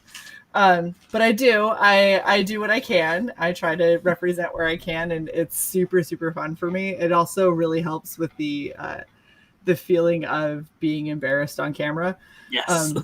Because I'm legitimately we had Grim Reaper on. I painted myself red, and I was a demon. Yes. we had gosh, we've had so many different ones on. I've been blue. I don't know how many times. I don't know why y'all love blue skin. But blue characters, I guess, with everybody. There's a lot. I've done a lot of blue body paint. I've done some green body paint recently for Oddity. We had a lot of fun. I did a really cool one from last night that was all bloody and everything. So I basically just bought a shirt that was super cheap, ripped a bunch of holes in it, put a bunch of fake blood on it, and then I put fake blood in my mouth and just let it drool down. Super sticky, definitely stained. Luckily, my next cosplay, I was completely covered, so you couldn't see it. But good. Yeah, it was really, really, really fun.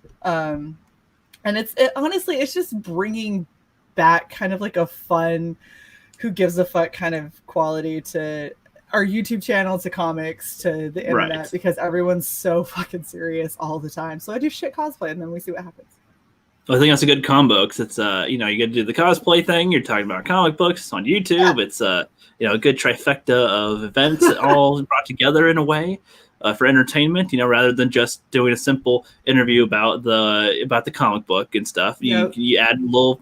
It's like, okay, you're doing that while dressed like this. Yes, exactly. Just to make it more interesting. And when Shae is here, there's a lot of bickering back and forth, which is usually rather entertaining because we put our guests in the center and they end up picking sides. So they just feel like little mini hand grenades on one side and then the other side to see which one ends up winning by the end. That's funny. I'm the one on camera, so I'm the one that can give the evil eye. Right. Do you not just do that? It's like, excuse you, you're really gonna go with the avatar with the talking bubble over me? They're just like, she is kind of looking at me like that, so You can intimidate them to what you want. Exactly. They're like, she said she's big. I'm kind of scared of her. I'm like, yeah, should be. Can't upset her. Nope. Nope. Angelus Draven says closet cosplay is great. Just grab whatever you have and make it work, and that's how I did. Aiden Pierce from Watch Dogs. Hell yeah. No, that's what I do for most of these. The funny thing is there's a lot of stuff in my closet that I'm like, I don't know why I own this, but it's perfect for this random costume, but I probably should never wear this in public for real. That's fine. So it's just you should just have like a cosplay closet and then the normal closet. But then you'll probably find things that are normal that you're like, but I could kind of use that as this to work with that or something, right? Oh, I do that all the time where I'm like, I know that this is a costume, but it's really cute, and I think I'm gonna wear it. It's just like, I'm gonna go grocery shopping in this. It's fine. We're in a day. Well, years ago, even people would just be outside in their footy pajamas, and it's like. So I'd say that by now, if people are walking around in costumes, that's fine. Oh yeah, no, I go grocery shopping in pajamas. I don't care. I have zero shame. Yep. I stopped caring a while ago. Yeah, I'm surprised. I've never done it in my duck onesie. Thankfully. I'm surprised I haven't seen. Last Nights, you'll see it. I'm surprised I haven't seen more people in their full on hairy costumes or something, like in a bear costume or a Pokemon costume shopping. Like I've only seen that once or twice where somebody's dressed like there's like 5 girls all dressed as Pikachu, and they're all like maybe 20 at tops.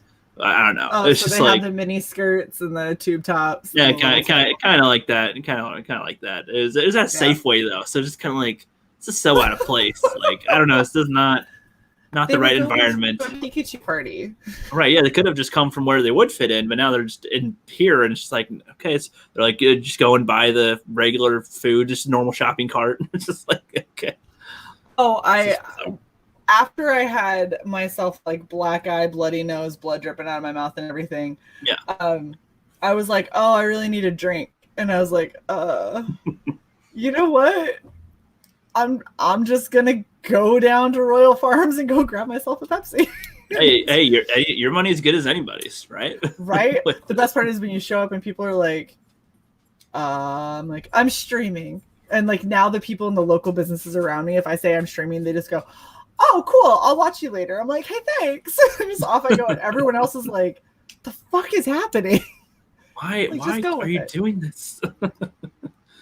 That's funny. That'd be funny if security's like, okay, we can't let you further in here. Well, why? Because we don't know what the hell is going on with this. This is really confusing. We don't know if this is threatening or so non-threatening. We just don't get it. I don't know. It's like I'm not a fan. Not a fan. Yep. No. Angelus Draven says the mall near me does meetups, so every now and then you see random people cosplaying at the mall. That is amazing. That is like the coolest thing ever. I want to totally go to that mall and just watch. I just want to people watch. That does remind me of one time. It was when I was all done with all my shopping and stuff. I was just heading down to the right exit to get to the bus stop and everything, I did pass some people that were dressed as Power Rangers. There was a Yes! at least there was. It was funny because it was like I think it was like moms and dads and kids or something, because it was like the different heights. There's just like little kids that are like 3 feet high or something. And then there's some like couple of the dads are like around 6 foot or something.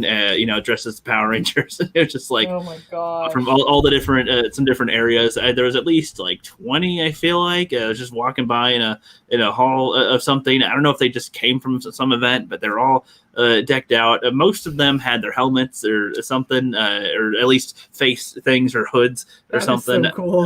So it was just like, what the I don't know what they're all together. They must have all just come from somewhere, because oh yeah, like and they're at the mall, probably at the mall, because they can either meet up at the food court and everybody can sit in the area or something quickly enough. Everyone can get whatever they want. You don't got to worry about like, I want a burger and I want tacos. Like, go to the food court. Right, exactly. Just get something quick out of the food court and everybody's satisfied. So it was just funny, because it's like, I don't know if anybody put that on YouTube at all or nothing. Just the Power Ranger parade practically just going around. It's so funny. It makes me think of those flash mobs and everything that used to happen. Like, my nephew actually was a part of one randomly, and because of the way that they did everything, they did it in a mall once, and everybody like stood around like they thought it was some kind of a high school choir production, and they were like coming out from all over the place singing, and everyone was just like, oh, this is so lovely, they're gonna sing multiple songs. And after the one song, they all dispersed, and everyone was like,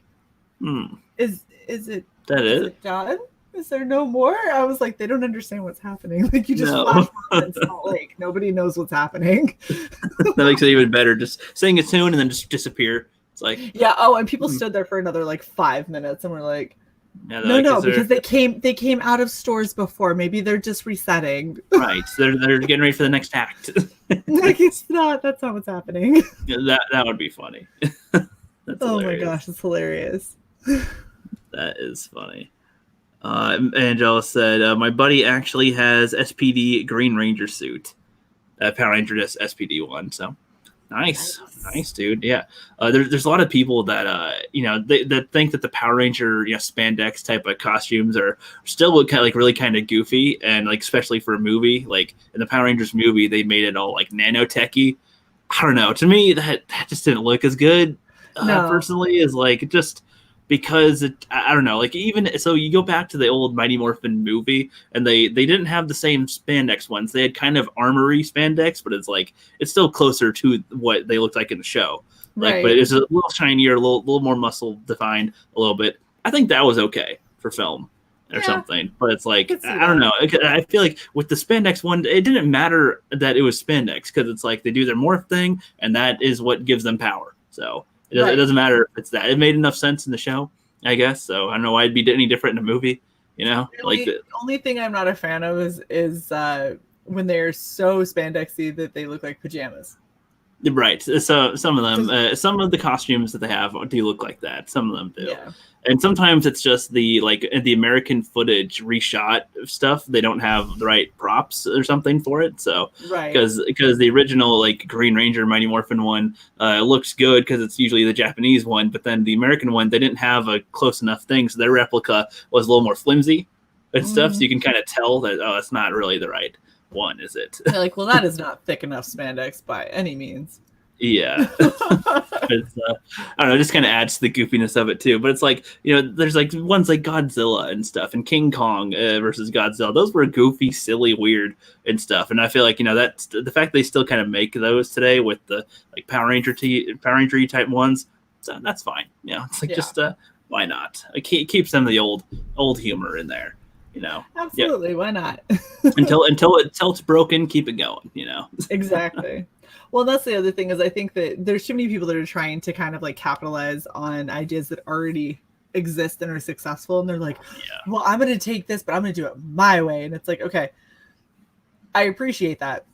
Sometimes there's a time and a place, but let's be real. We have enough of like these genres. Can you please, like, what is your story? Tell me your story. I want to know what's in your head. What do you want to get out? That is so much more interesting to me than you redoing like Spider-Man for the 13th time. I get it. He's a whiny, angsty little teenager, and he's, doesn't want these powers. Damn it. Okay, I got it. Oh my gosh. Tell me one more time about Peter Parker, and I swear I'm going to throw him over a bridge. Like, no more, please. Yeah, there's like with Batman too. I mean, I feel like there's like 30 Batman movies or something, and it's like, honestly, to me, I don't know why anybody would care what happens in another Batman movie, because there's just going to be another one that's different later anyway. Like they'll just make it more. It's going to change the timeline. It's going to change everything. Yeah, I don't know. I mean, in some ways, I'm okay with people rebooting stuff or remaking and reimagining, but in other ways, I get like, especially now, I feel like the 2010s to 2020 is going to be like, what is going to be unique about it for the most part? There's only like 4 or 5 events maybe that are kind of unique, but I don't even know how unique it is really. Right. Like the Avengers was like the culmination of a cinematic universe type of thing, but technically Universal did not in the same way, but in a similar way did that in the old days with the Mummy, the Werewolf, Frankenstein, Dracula. It wasn't the same style, but it's kind of similar where they shared the same universe. So right. Well, and I mean, I don't know. I guess you could say it's kind of prolific, but it's been happening. Like when you're looking at movies versus TV shows versus books, like it's all the same thing because it's storytelling.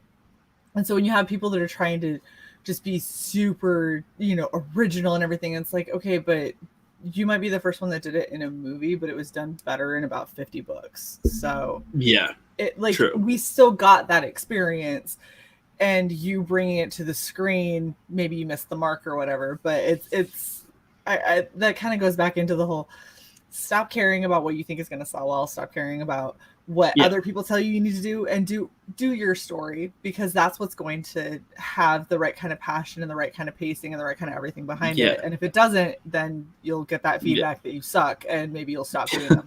Yeah, it's like look at George Lucas with Star Wars for one. I'm pretty sure everybody told him his thing is going to fail and suck. Oh yeah, and he's kept with it. And then with the Lord of the Rings films, so that's an adaptation from the books, but pretty sure I don't know. I doubt that he was worrying about what everybody thought about it. He was just trying to make it as best he can with what he knows that he thinks he can do. Right. Well, and I mean, if you look at like Doctor Who and stuff, if you're going to go into television series and all that, the original Doctor Who, they didn't even really have the budget for it. They had an overturned trash can that they put a plunger at the end and spray painted silver, and then put a little person inside of it and was like, that's a Dalek.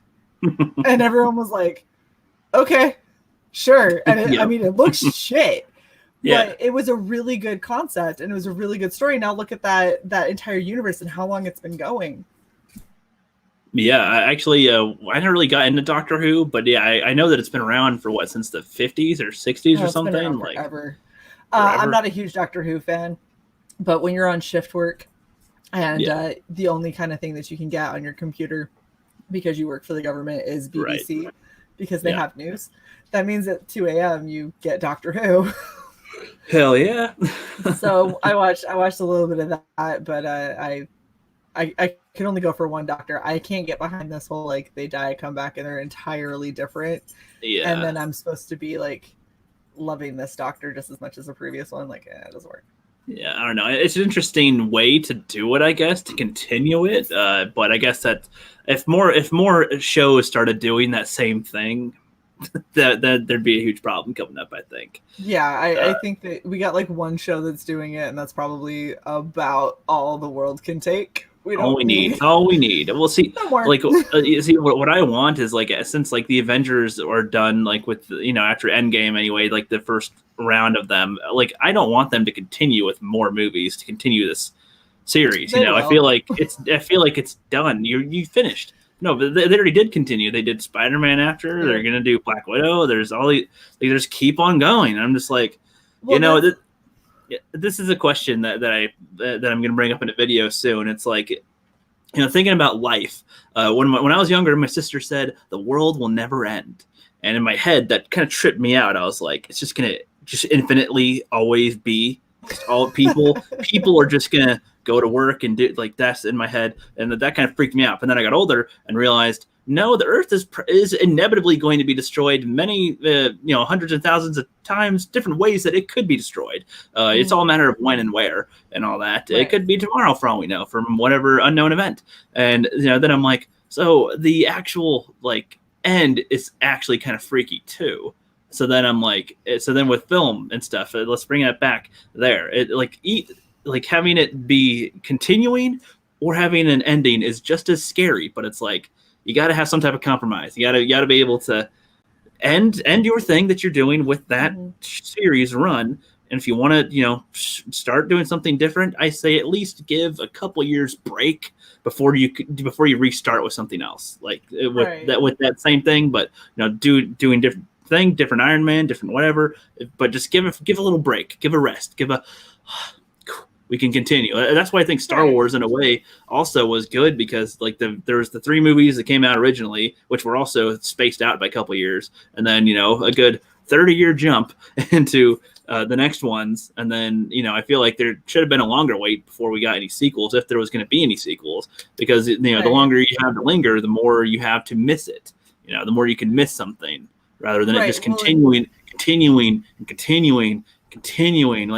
With Star Wars, I'm like, you don't need to keep on continuing it, really. I mean, there's a big universe with a lot of imagination, sure, but as far as films go, you don't need to keep on continuing it, because the more you do with it, the worse you're going to make it. You make it. There's certain experiences, and people try to capitalize on the experiences and force people to have those again. They also are trying to just do whatever they can to make as much money as they can, because they're like, this was super successful, so I'm going to keep it going. And it's like, that's one thing I love about a lot of Japanese anime is they have a set season, and there may never be a season 2. Right. That is it. We are telling a story. It's going to take us 10 episodes to tell. When those 10 episodes are done, the story's done. And no matter how much you beg and plead, and no matter how many other things that we can do with it, the story is done. It's done. Maybe we will come back to it in 30 years, but for now, this is it. Exactly.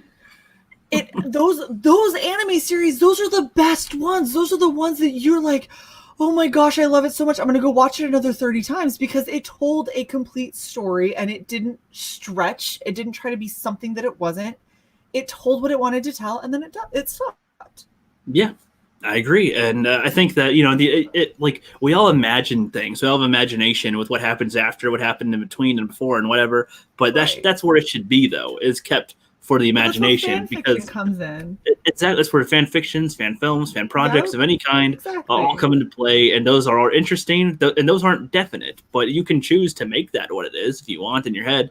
Sure, that's what happens. That's what happens next. Why not? And that's where a lot of the creativity is. But it's like with the new Star Wars things they're doing, they're gonna do it 200 years before the prequels, and it's like, so where you'd have Yoda probably show up, and just like I don't know, you don't need to explain more stuff. You don't need to tell more things. The more you fill in with information, the less I care, because now I know it. So it's like, well, I'm not thinking about it anymore, because I know what happens. So, okay. Yeah. Well, and to kind of to take it to a really dramatic place, because I mean, why not? Yeah. Every time they continue this kind of stuff on, they're robbing the fans of that ability to kind of engage in their own fan fictions and their own stories and their own imagination. Like you're taking that from your audience. You are basically driving this line, and you're saying, like, where before it was, so we went on this journey together, and then it's like, and now it's yours, and you can do with it whatever you want to do with it. And that was so cool. Everybody loved that. And now basically you're taking up to this thing and go, well, but this is still ours, and this is where you're going with it. And and they just drag you all the way along. Yes. And now you're detached. You don't feel like you matter. You don't feel like you get to be a part of anything. You're just along for somebody's acid trip of a ride, and you're hoping that it doesn't suck. Yeah, and if you don't like it, you're in trouble for not liking it. Right. If you don't like it, then you're the bigot, and you're the asshole, and it's all your fault that it's failing, and it has nothing to do with the fact that maybe it's just not very good. Yeah, and it's like some stories ended, and then you continue them. It's like that's what I was saying before. It's like sometimes I think it's better to have an ending, so that we can miss it and then we can reflect on it and go, wow, that was a good story. That was good. Instead of, oh, I don't know what's going to happen next still. Still don't know what's going to happen next. I don't know. This is going to happen next. There's 30 movies scheduled. Okay. That's not exactly thrilling. And, the fan fictions, during the Star Wars, when there's nothing on, I mean, that's where all everybody had the imagination for it to recreate their own version of something happening in that universe. And that's where I think a lot of it should be. And especially now where everybody can kind of make good quality looking films, with it. I hate how there's all these copyright stuff with every freaking property. It's like, can you just let people do something with your character? I understand not selling it, but can you let them use it at all without you being a bitch? Slam down on you for trying to use something that you created or used to. Sometimes it's not even the people that have control aren't even the ones that created it. They took it from somebody else and they're saying, no, now you can't use it. We got it, so you can't do it. And so copyright is such a hard thing because I agree that somebody should not be able to take your intellectual property and just completely fucking 8 Ways Till Sunday and pretend that it's the original or pretend that it's yours, because that's where you start to get into defamation of character and things like that. Right. Well, I mean, what I mean is that usually when they do fan projects, they say what the original is in the beginning, and then this is a fan based project. Check out the original here. Usually, absolutely. And I don't think that there's anything wrong with that. I think that's what I'm saying. Right. No, and I think the only time that you run into issues when you're coming to copyright in general is if somebody is going to take your IP and intentionally try and make you look bad with it. Right. Or try to pass it off as the original or as yours and then capitalize off of that, especially monetarily. The capital thing, no, not cool. That's pretty much the only time that I'm like, yeah, copyright, that needs to exist. But when it comes to, if you have somebody who loves your idea so much that it sparked creativity within them, and then they end up producing something, that should be so flattering. That should be one of the most I produced something good. I produced something good enough to make someone else have an idea. But a lot of people are afraid that this other idea that's going to come out, this competing idea, is going to be better.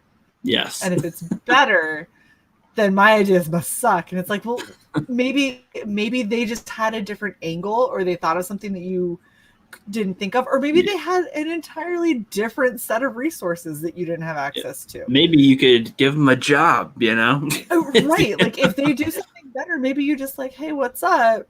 Wow, you're talented. You definitely did better than I did. Yeah, you're talented. That's cool. Or maybe that's when they go, okay, we'll let you monetize this, but we have to get some type of percentage here for it being our property. You can produce what you want there as long as we approve of it or something. Go ahead. Right. I'd say that'd be fine. That'd be beneficial for both. Be creative and be able to both benefit. That's what I think would be interesting. But I don't know. It's a tricky thing. See, when with Star Wars, I don't think there needs to be any official movies anymore for it. Any official canon property holding movies. Just have the ones that existed, the 1 through 6, and anything else that people want to make is pretty much all fan fiction anyway. All their own ideas. And that's just how it should be. Right. That's what I think. Well, and honestly, if you have an idea and it's original and it's, you're just going to slap something like Star Wars on it because you're hoping that you're going to make a quick buck, name it something else. Well, don't worry. People don't want to use war in their title anymore, apparently. I know. Star Wars, they don't want war in it. Discussion. No. Star Friends. That's perfect. Mm-hmm. It's we don't war here. We just sit and talk. We hold hands and we combine our emotions into beams, and we're pretty much Care Bears. Yeah. So as a person who's active duty military, I have a lot of issues with that. Yep. It's that's my reality. But okay, sure, yeah. Everyone gets along. super well. What a great story. What's the conflict? They don't know what to do with their lives. Oh, wow. No, because that's too scary and real, and we have to. There is no conflict because we strive for a world with no conflict one day. Right. The conflict is Everyone wants to watch the that. conflict is how are we going to design the Sadie Hawkins dance? That's quite conflicting. Yes. Yeah, lots Cindy of character really development. wanted to go with like a hayride type thing, but they wanted pumpkins, and I don't know which is going to work. Yeah. What will they do? What will they do? Fans are going to choose sides, and that's what it's going to do. It's going to split people. Yep. And then you're going to have a conflict, if you will. Maybe even a war. Oh my goodness! Oh, we're right back to where we were. Oh, Is so that we human almost nature? went to a cool movie there. War breaks out over the Sadie Hawkins thing, and they start recruiting nearby gangs to help out and sabotage the other one or something. Now you almost got a movie there. Pumpkin pals and the horny hayriders. I don't know. Put a stink bomb in all the pumpkins or something, and they hold them around, stinking up the place or something. Oh my gosh, that would work. Oh. But now, what do you think about adaptations from comic books or from books or from other things? Because recently, so did you? Bloodshot is going to release this Thursday, and that's an adaptation from the Valiant comics. And see, I only know anything about this character because I was looking up Jason David Frank, the guy who plays Tommy Oliver in Power Rangers, and apparently he loves doing lots of like fan type of things or helping out smaller companies, being an actor because he knows martial arts really well and likes to help and do stunts and stuff and be a fighter on there. So he played as Bloodshot in Ninjak versus the Valiant Universe, which is a video on YouTube. It's like an hour long, and it's like a cool, well shot, well produced comic book movie, pretty much. And he plays as Deadshot in that, or Bloodshot. Bloodshot. I mean, sorry, different character. He plays as Bloodshot, and he does a pretty good job. And he's got like the super like grayish pale skin, the red eyes, the sword, the nanites, all that stuff, and it just seems to play it pretty well. And then I see the trailer for this Bloodshot with Vin Diesel, and I'm just like, what? I don't know if that's closer to the comics or not, but it looked not so good, especially since they like revealed everything in it. So just what's your opinion on adaptations? Adaptations by people who are not even remotely close to being a fan are usually horrendous. Dog, pick, in or out. Puppy. Green screen, people. This is what happens when you have green screen in an animal. Yeah, it's puppy. It's just so funny. But yeah, usually when it comes to these kinds of like adaptations and stuff, all right, I'm just gonna put this. You're gone now. Thank you. When it comes to people trying to move something from, being a book or a comic and try to make it into a movie, if you're not already a fan of it, you're going to focus on the wrong things for the most part. It's going to be far less entertaining than I think than what your audience wants. And there's also the fact that you have to respect that you have an audience for this already. Right. And if you're going to completely just veer from what that audience really loves and wants to do with this this kind of IP, it's going to bomb. It's going to be terrible. And I think that, again, going back to what we were talking about before, they focus so much on what these like tiny little groups are going to tell them what people want, but they take an incredibly biased group and then ask them to try and relate to the entirety of the nation or the world, and then wonder why their stuff doesn't work. So they're tricky. If they're done right, they can be really, really, really phenomenal and very entertaining. But I think more often than not, they're not handled properly. Do you have an example or two of ones that are handled well enough, do you think? Oh, that's a difficult question. Yes. So I'm trying to think. Like, I liked Batman Begins, because if you're really paying attention to Batman and his backstory and like where he came from and everything, it's not happy-go-lucky. It's not And it's not like this one tiny event that was so tragic. Like, he goes through a lot of shit. And I think that they showed that this is just a dude that has like unlimited resources. Right. Like he's a dude. He's a dude that was like, I can definitely go to a monastery and learn how to fight martial arts from the masters and all that kind of stuff. Yeah, he doesn't need to hold down a job. So right, like he's it's fine. He can just disappear for several years and it's not a big deal. And you know, he has a really brilliant mind. He's very analytical. But at the end of the day, he's still just a dude. Like, he's not like Peter Parker. He didn't get bit by some fucking radioactive spider or anything. He's just a guy. Right. They did a really good job of showing that side. The obverse of that, there was, I can't remember if it was just Hulk or the Hulk. I was working at Hollywood Video at the time when it came out, but yeah, that's the Hulk, I think. The Hulk, the one that we don't talk about. The 2003 one, I think. Yes, Ang Lee Hulk. That's the one I think was you're so talking bad. about. It was so, there was no redeeming qualities. The one with the dogs. The one with the dogs that Hulk out too. I got to be honest. I've blocked it from my memory. I really cannot even recall part. I just know that when I see the cover, I start to have flashbacks. I'm like, no, oh, so bad. Like, I remember the feeling, and the feeling was just utter regret that I ever watched this. Yeah, I think the guy wanted to make that. He wanted to make it feel like a comic book, but I guess he completely failed. Well, if you want something that does really well in that comic book feel, Sin City. Sin City is phenomenal, and the way that they do the pacing, the noir, the black and white, the spot color, like super, super well done. And it really kind of gives you that experience when you're reading that comic book, but it plays it out for you. Yeah. Is that the one that gives you the heebie-jeebies? Yeah. that one? Oh, gosh. Betty. It's so bad. And like the you know, I understand that like CG is still developing and all that, and every day it gets better and better, but you can't, the CG in that and like just the lighting, like the lighting on him versus the lighting of the rest of the environment was so bad. He stuck out like he was an action figure. Like, he could have been an action figure that you're like, do. I'm the Hulk. Rah! Right. It's clobbering time, man. It was terrible. Yeah. Look on his face is funny to me. He looks like, constipated. Huh? Like he smells something bad. No. Oh, that is terrible.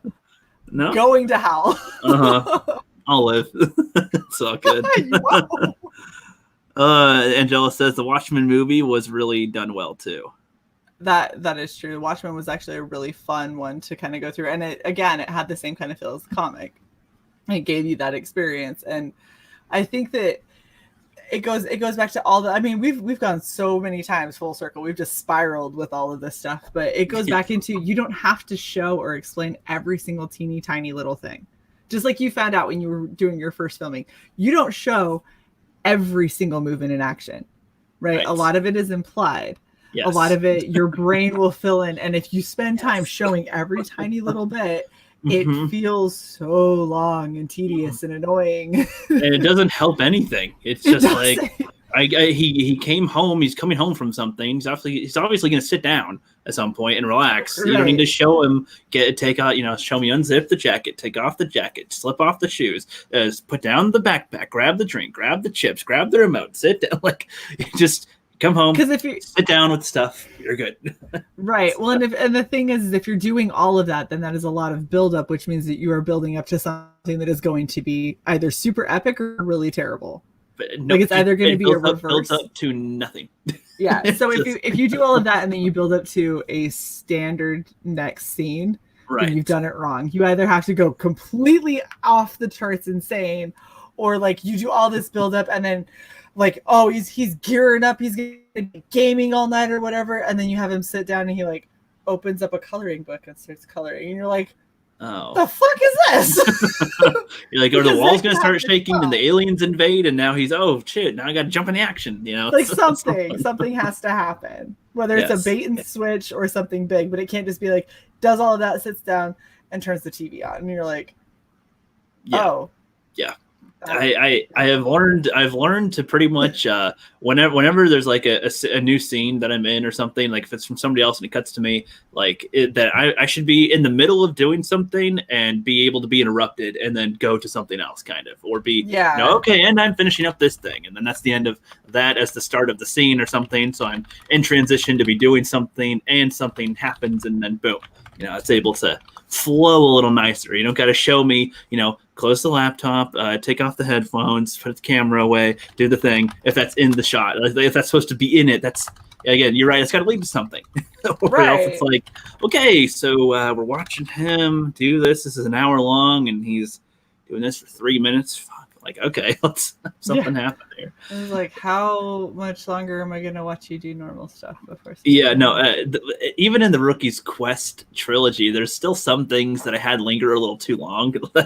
I realized, like in the beginning, I was like, so I want it to show me being a normal guy doing my normal stuff, and then things get kind of crazy and weird, and then by the end of stuff, it's like I'm in this bizarre things going on and happening, and it's almost normal by now with all of it. But it's like it builds up to that. But it was like I'm mowing my lawn, I'm clipping the branches, I'm sweeping the porch or something, I'm wiping the table, and it's like, okay, I think they would get the hint if they just saw me mow the lawn, maybe do one extra task. Okay, move on to something else. You're in the middle of doing that. You're a regular dude. They don't need to see you do everything to know you're regular. Just do a task or two. Have whatever thing you're having, and because then later the NPCs come in and attack me. It's like, what? I don't know if you watched that whole part yet. I haven't. I need to sit down and watch it. Yeah, but it's like the first minute or so is me like doing yard work, and then I have a conversation with friends, and then it goes into the villain stuff, and then it comes back to me doing a few more wrapping up the yard work stuff, and then I go and I'm washing my face or something, and then an NPC is just standing there, just it has a gray face over it, so there's no expressions, just a face, and then that's where things get weird. That's what the buildup was for, pretty much, to have this weird thing attack me, but it's like. It's still too long, way too long. And that's another thing that I think is really difficult to do when you're producing, is because when you're producing and directing and you're also acting in it, you know how much you filmed, right?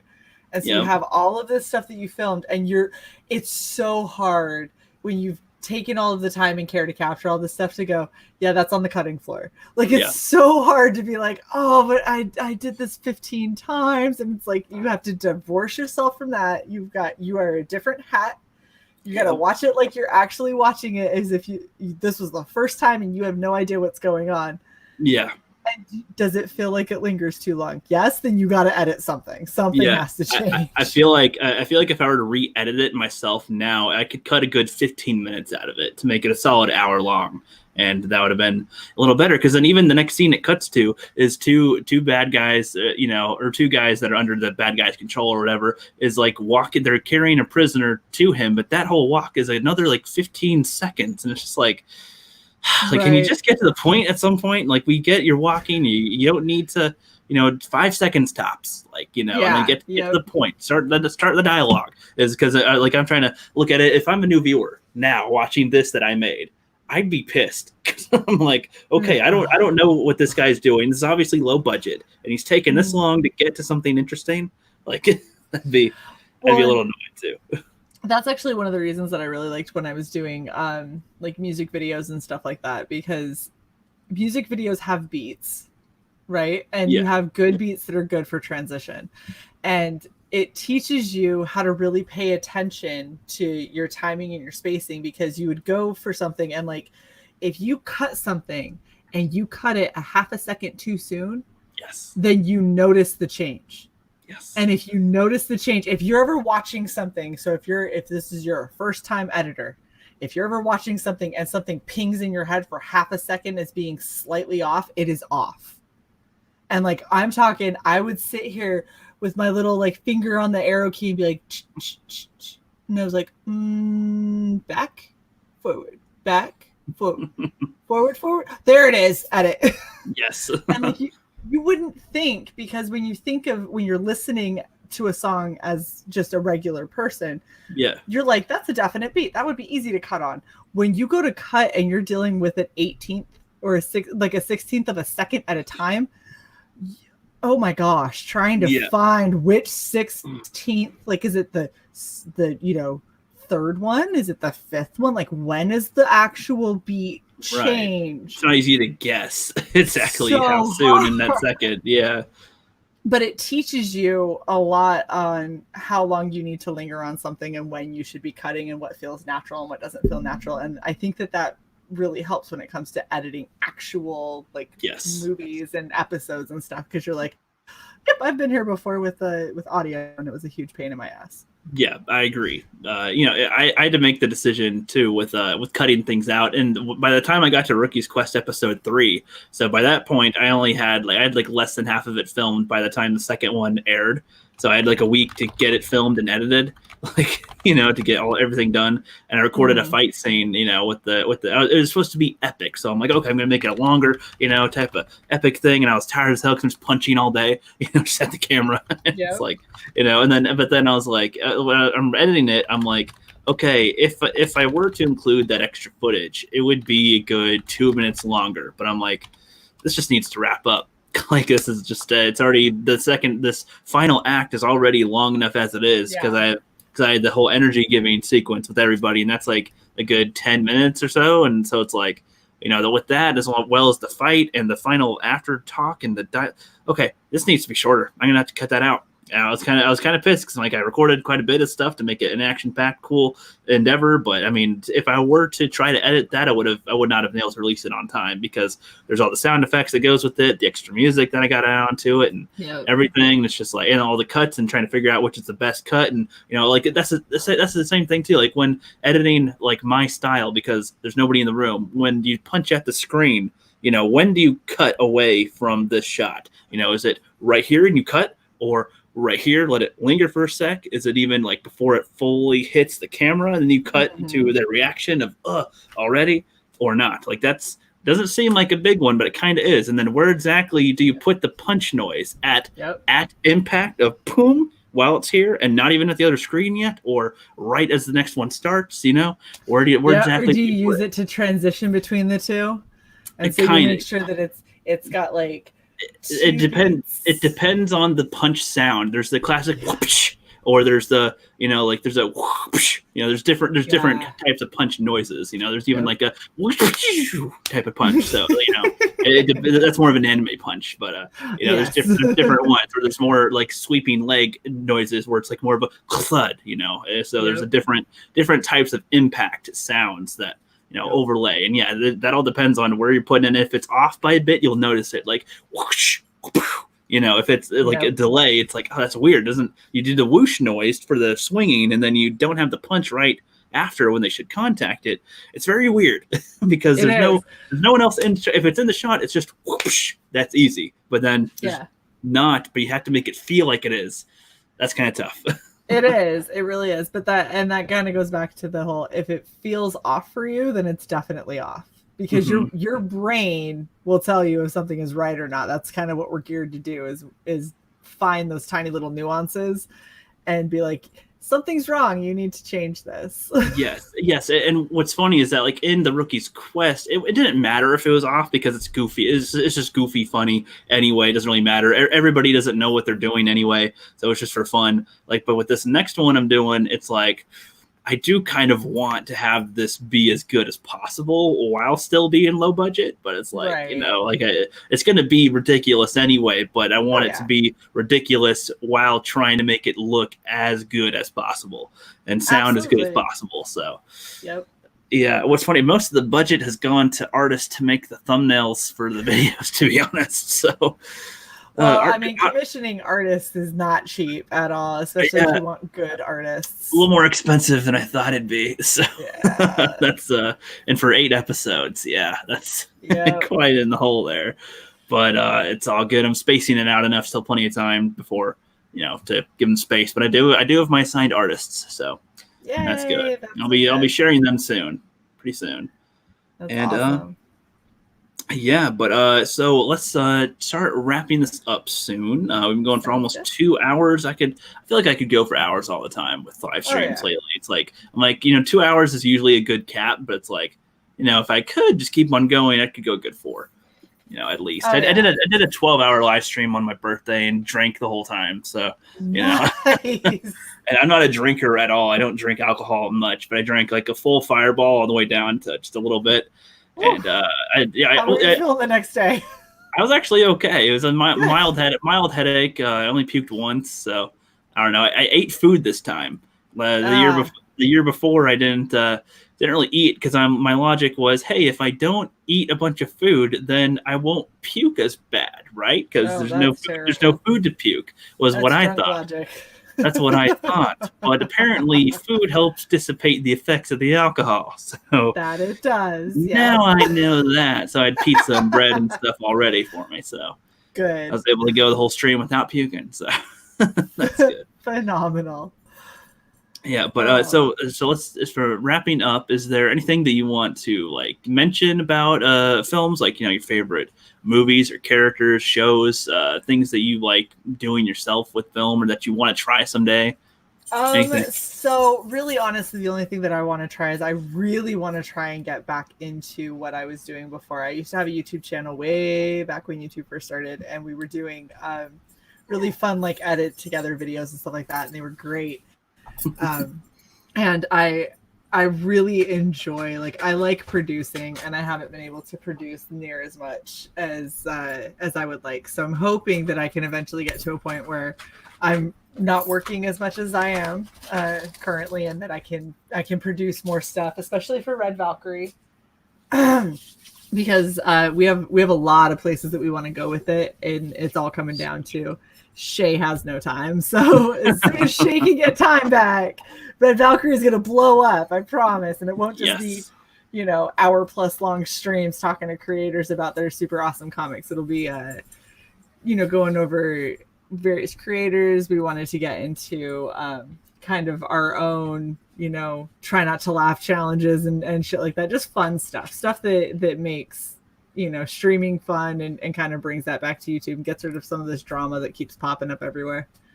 That's good. You should definitely do something where you mix your cosplay in with something that you're doing too. Kind of like how you do with your live streams, but I kind of keep that as a theme or something. But then again, if you're going with time, it'd probably be easier if you don't do that with every video because it all depends, I guess. It's easier to just hop on and do a recording rather than dressing up for it. But the puppy, it's like, it's time to play. Time to play. She is so done. Time to play. She's so done.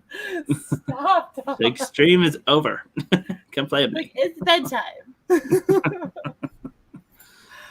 That's funny. And if anybody has any like indie things, just like what you're doing, I love being a part of it. I would love to help out however I could. I'm also hoping that I can get into writing a little bit more. So I used to write all the time, and I stopped doing that for years and years, but I think it's time to start again. Oh yeah, it's fun to get the creativity working again with writing. So yeah, I want to see you make a horror film now. I want to see your take on it or something. Oh my gosh, I want to so bad. I need to come up with. I actually have the start of a really good horror book, and it's all told through journal entries. Okay. And so it's like somebody writing at the end of their day. I'm probably going to end up putting it as like their therapist told them that this would be good for them to deal with their anxiety if they just wrote down shit all throughout the day about what they kind of went through, and I'm going to just have them slowly go mad. Sweet. So hopefully I can get out. Hopefully I can do something with that. Well, that sounds great. You should. I don't know if you have people in town that can, be in it as actors or anything for you, but that's cool. I'll find people. I'll make it work. Yeah, that's good. Yeah, any projects I do in the future, I'm probably going to try to find people in my town that I can use, because it's like the YouTube ones are fun, but it's like it's really difficult to try and do it when you're getting people from all over the country or all over the world and try and make it look like they're in the same room. Yeah, and I feel like if I ever want to have like a legitimate type of audience, it needs to be like filmed classic way, but I feel like, as far as YouTube goes, this is fine. But, like I do want to start learning how to, work with people in real life that I don't even know that well, honestly, because that's probably what I'll have to do in the future anyway.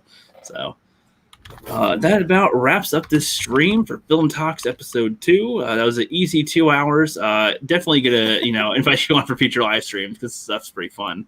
We'll invite you on to the Fandom Collective channel at some point. We do kind of more of a group talk and whatnot about different variety of stuff and whatnot. So heck yeah, those ones are usually on Wednesdays, but yeah, we can schedule different times in the future. You let me know. I'll make sure I'm ready on a Wednesday. You just let me know ahead of time. Hell yeah. Sounds good.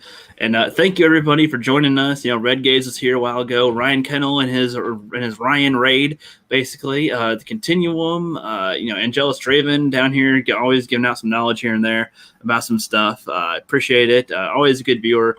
As of late, especially dropping. This dude knows more about stuff than I thought he did. Seriously, he's giving hints about other things while we were talking too. So I'm going to close out the stream. You guys have a good one. I'm going to close out with 2 comic ads that you guys should check out on Indiegogo and back. And we will see you later.